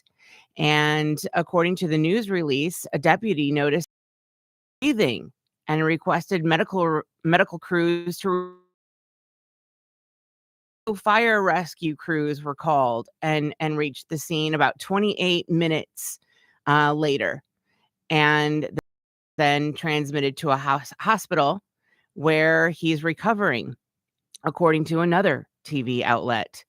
Upon notification of the incident, The Clearwater Fire and Rescue immediately removed both paramedics from their normal duties and discontinued their abilities to provide patient care in conjunction with the county's medical director. They said, on behalf of the city, I apologize for the actions. No, they're real sorry. and the inactions of our crew during this incident. He said, we have strict policies and procedures in place that were not followed. According to our preliminary review, these two did not perform to the standard of care that our citizens expect and deserve. They have to say that. They can't say they did everything according to code. Yeah. Right. They can't. Because they didn't. Because then everyone's going to be put under scrutiny. They've got to put it on those two people. Mhm. But I can't imagine they showed up with, like, eating a Slim Jim and a big gulp going, yeah, he ain't moving. He looks dead. Maybe they didn't. But I'm assuming they showed up, followed the protocols. I don't know, put 2 fingers on the neck. I don't know. Yeah. Whatever those protocols are. Mirror underneath the nose. Well, he ain't breathing. He's got to be dead. You're there. You call 911. And they just do 2 fingers under the throat, which to check to see if someone's alive, by the way. And they're like, yeah, they're dead. Do you, watching your loved one in this peril moment, who have called the people to save their life, go, yo, man. Yeah. Do your job. Like, do you get into it? Satisfied. Well, of course not. But do you get into an aggressive confrontation over the You assume that they're doing their job right. I think so, right? You would just be like, well, I guess Tom's dead. They said he's dead. I got to take your word for it. Did they put the thing on the finger and it didn't make any noise? And they were like, yeah, I put new batteries in yesterday. Right. Right. Well, my thing was, if they are an ambulance, and why weren't they taking the body them? Ambulances don't take bodies. Oh, They transport to the hospital okay. Why weren't they doing that then? because they said it was dead. It just all seems so weird. Like, When a body's dead, Yeah. they don't take it to the hospital. I beg to differ. They took my mom to the hospital. Did they? St. John's. But were they trying to save her on the No, way? she was already dead. She was dead. Dead. The 2 experiences Dead. the 2 experiences that I have had with dead people who have died in a home. uh-huh. Yeah. The ambulance comes, they don't take the body. Yeah, when my mom died, I got the calls. We was on 21st and they lived on 21st and shared. Anyhow, so I get to the house and the ambulance is backed up in the driveway and they got her on the gurney, putting her in the back of the ambulance, taking her to the hospital. She's already pronounced dead. It feels like an extra trip to take them to the hospital. I don't know. Well, that's where the morgue. It's not at the hospital. The hospital has a morgue. Yeah. I don't know. I don't know how it works out. Yeah. They did the same thing with my dad, too. My dad died at the house and they picked him up, took him to the hospital. And that's where we got to say our final goodbyes. Yeah, So, and I don't know. It's like, do you check? Maybe they check the ID. It's like, are they a organ donor? Maybe that's why you take the body to the hospital. I don't know. Okay. I don't know. I don't know how that works out. And so, again, I'm not an EMT. So, Mhm. like, you're an EMT, they die, you go, all right, where's their wallet? I got to check their ID to see if they're an organ donor. How does that work? I don't know. Yeah, I think you let the people at the hospital deal with it. Like, we're just here to drop the body off. Y'all figure it out. And is there a code? Like, they call in, like, do they do lights? If they're taking a dead body to the hospital, do they run code to the hospital? Right, lights and sirens and the whole 9. Yeah. I would think not. It's Probably not an not. emergency. Right. Exactly. But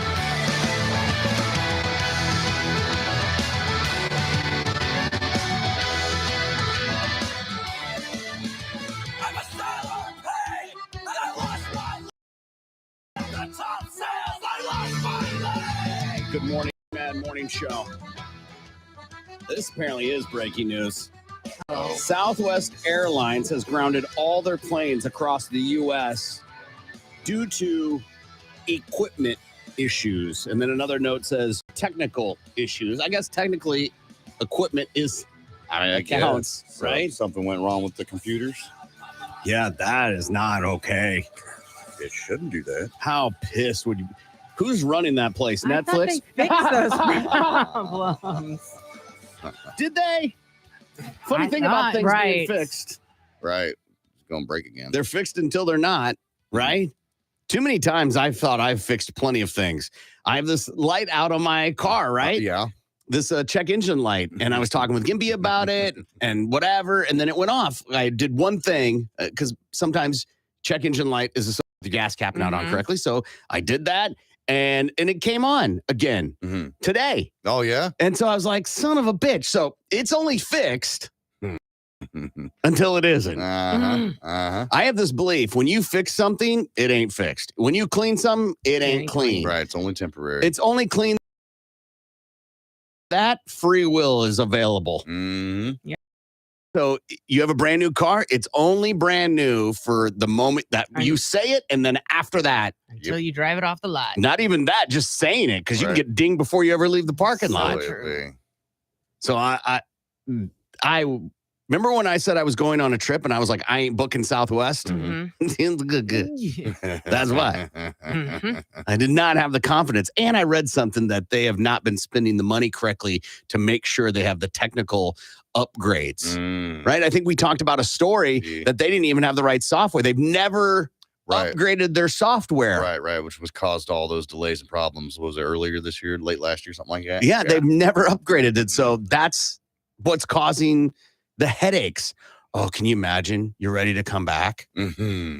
Or you're trying to get somewhere for a funeral. Oh, right. Business meeting, whatever the case is. Lindsay, what'd you learn today? I learned that Gimpy's life today is a Nelly song, and that India couple, I think they misunderstood the meaning behind two heads are better than one. Gimpy, what'd you learn today? I learned your dog pissed on my carpet. Get my gun. I also learned, Corbin, when it comes to 42-year-old Gimpy McGee, you are not the father. I feel like you can't say that. I feel like you don't know. Yeah, right. It's a strong possibility, but you would had to have me when you were 5. I mean, it's not a strong, but you never know. I learned you want some gum? Well, let Lindsay look in the bottom of her purse. I got some Weathers Original and some juicy fruit. And I also learned Gimpy's not sweating. No, I said I am sweating like a fat Well, hog. pigs don't sweat, so it's Corbin saying make sure that dishwasher's loaded right. It's Lindsay, stop tracking my cycle. Gimpy, you sure you got a pretty mouth?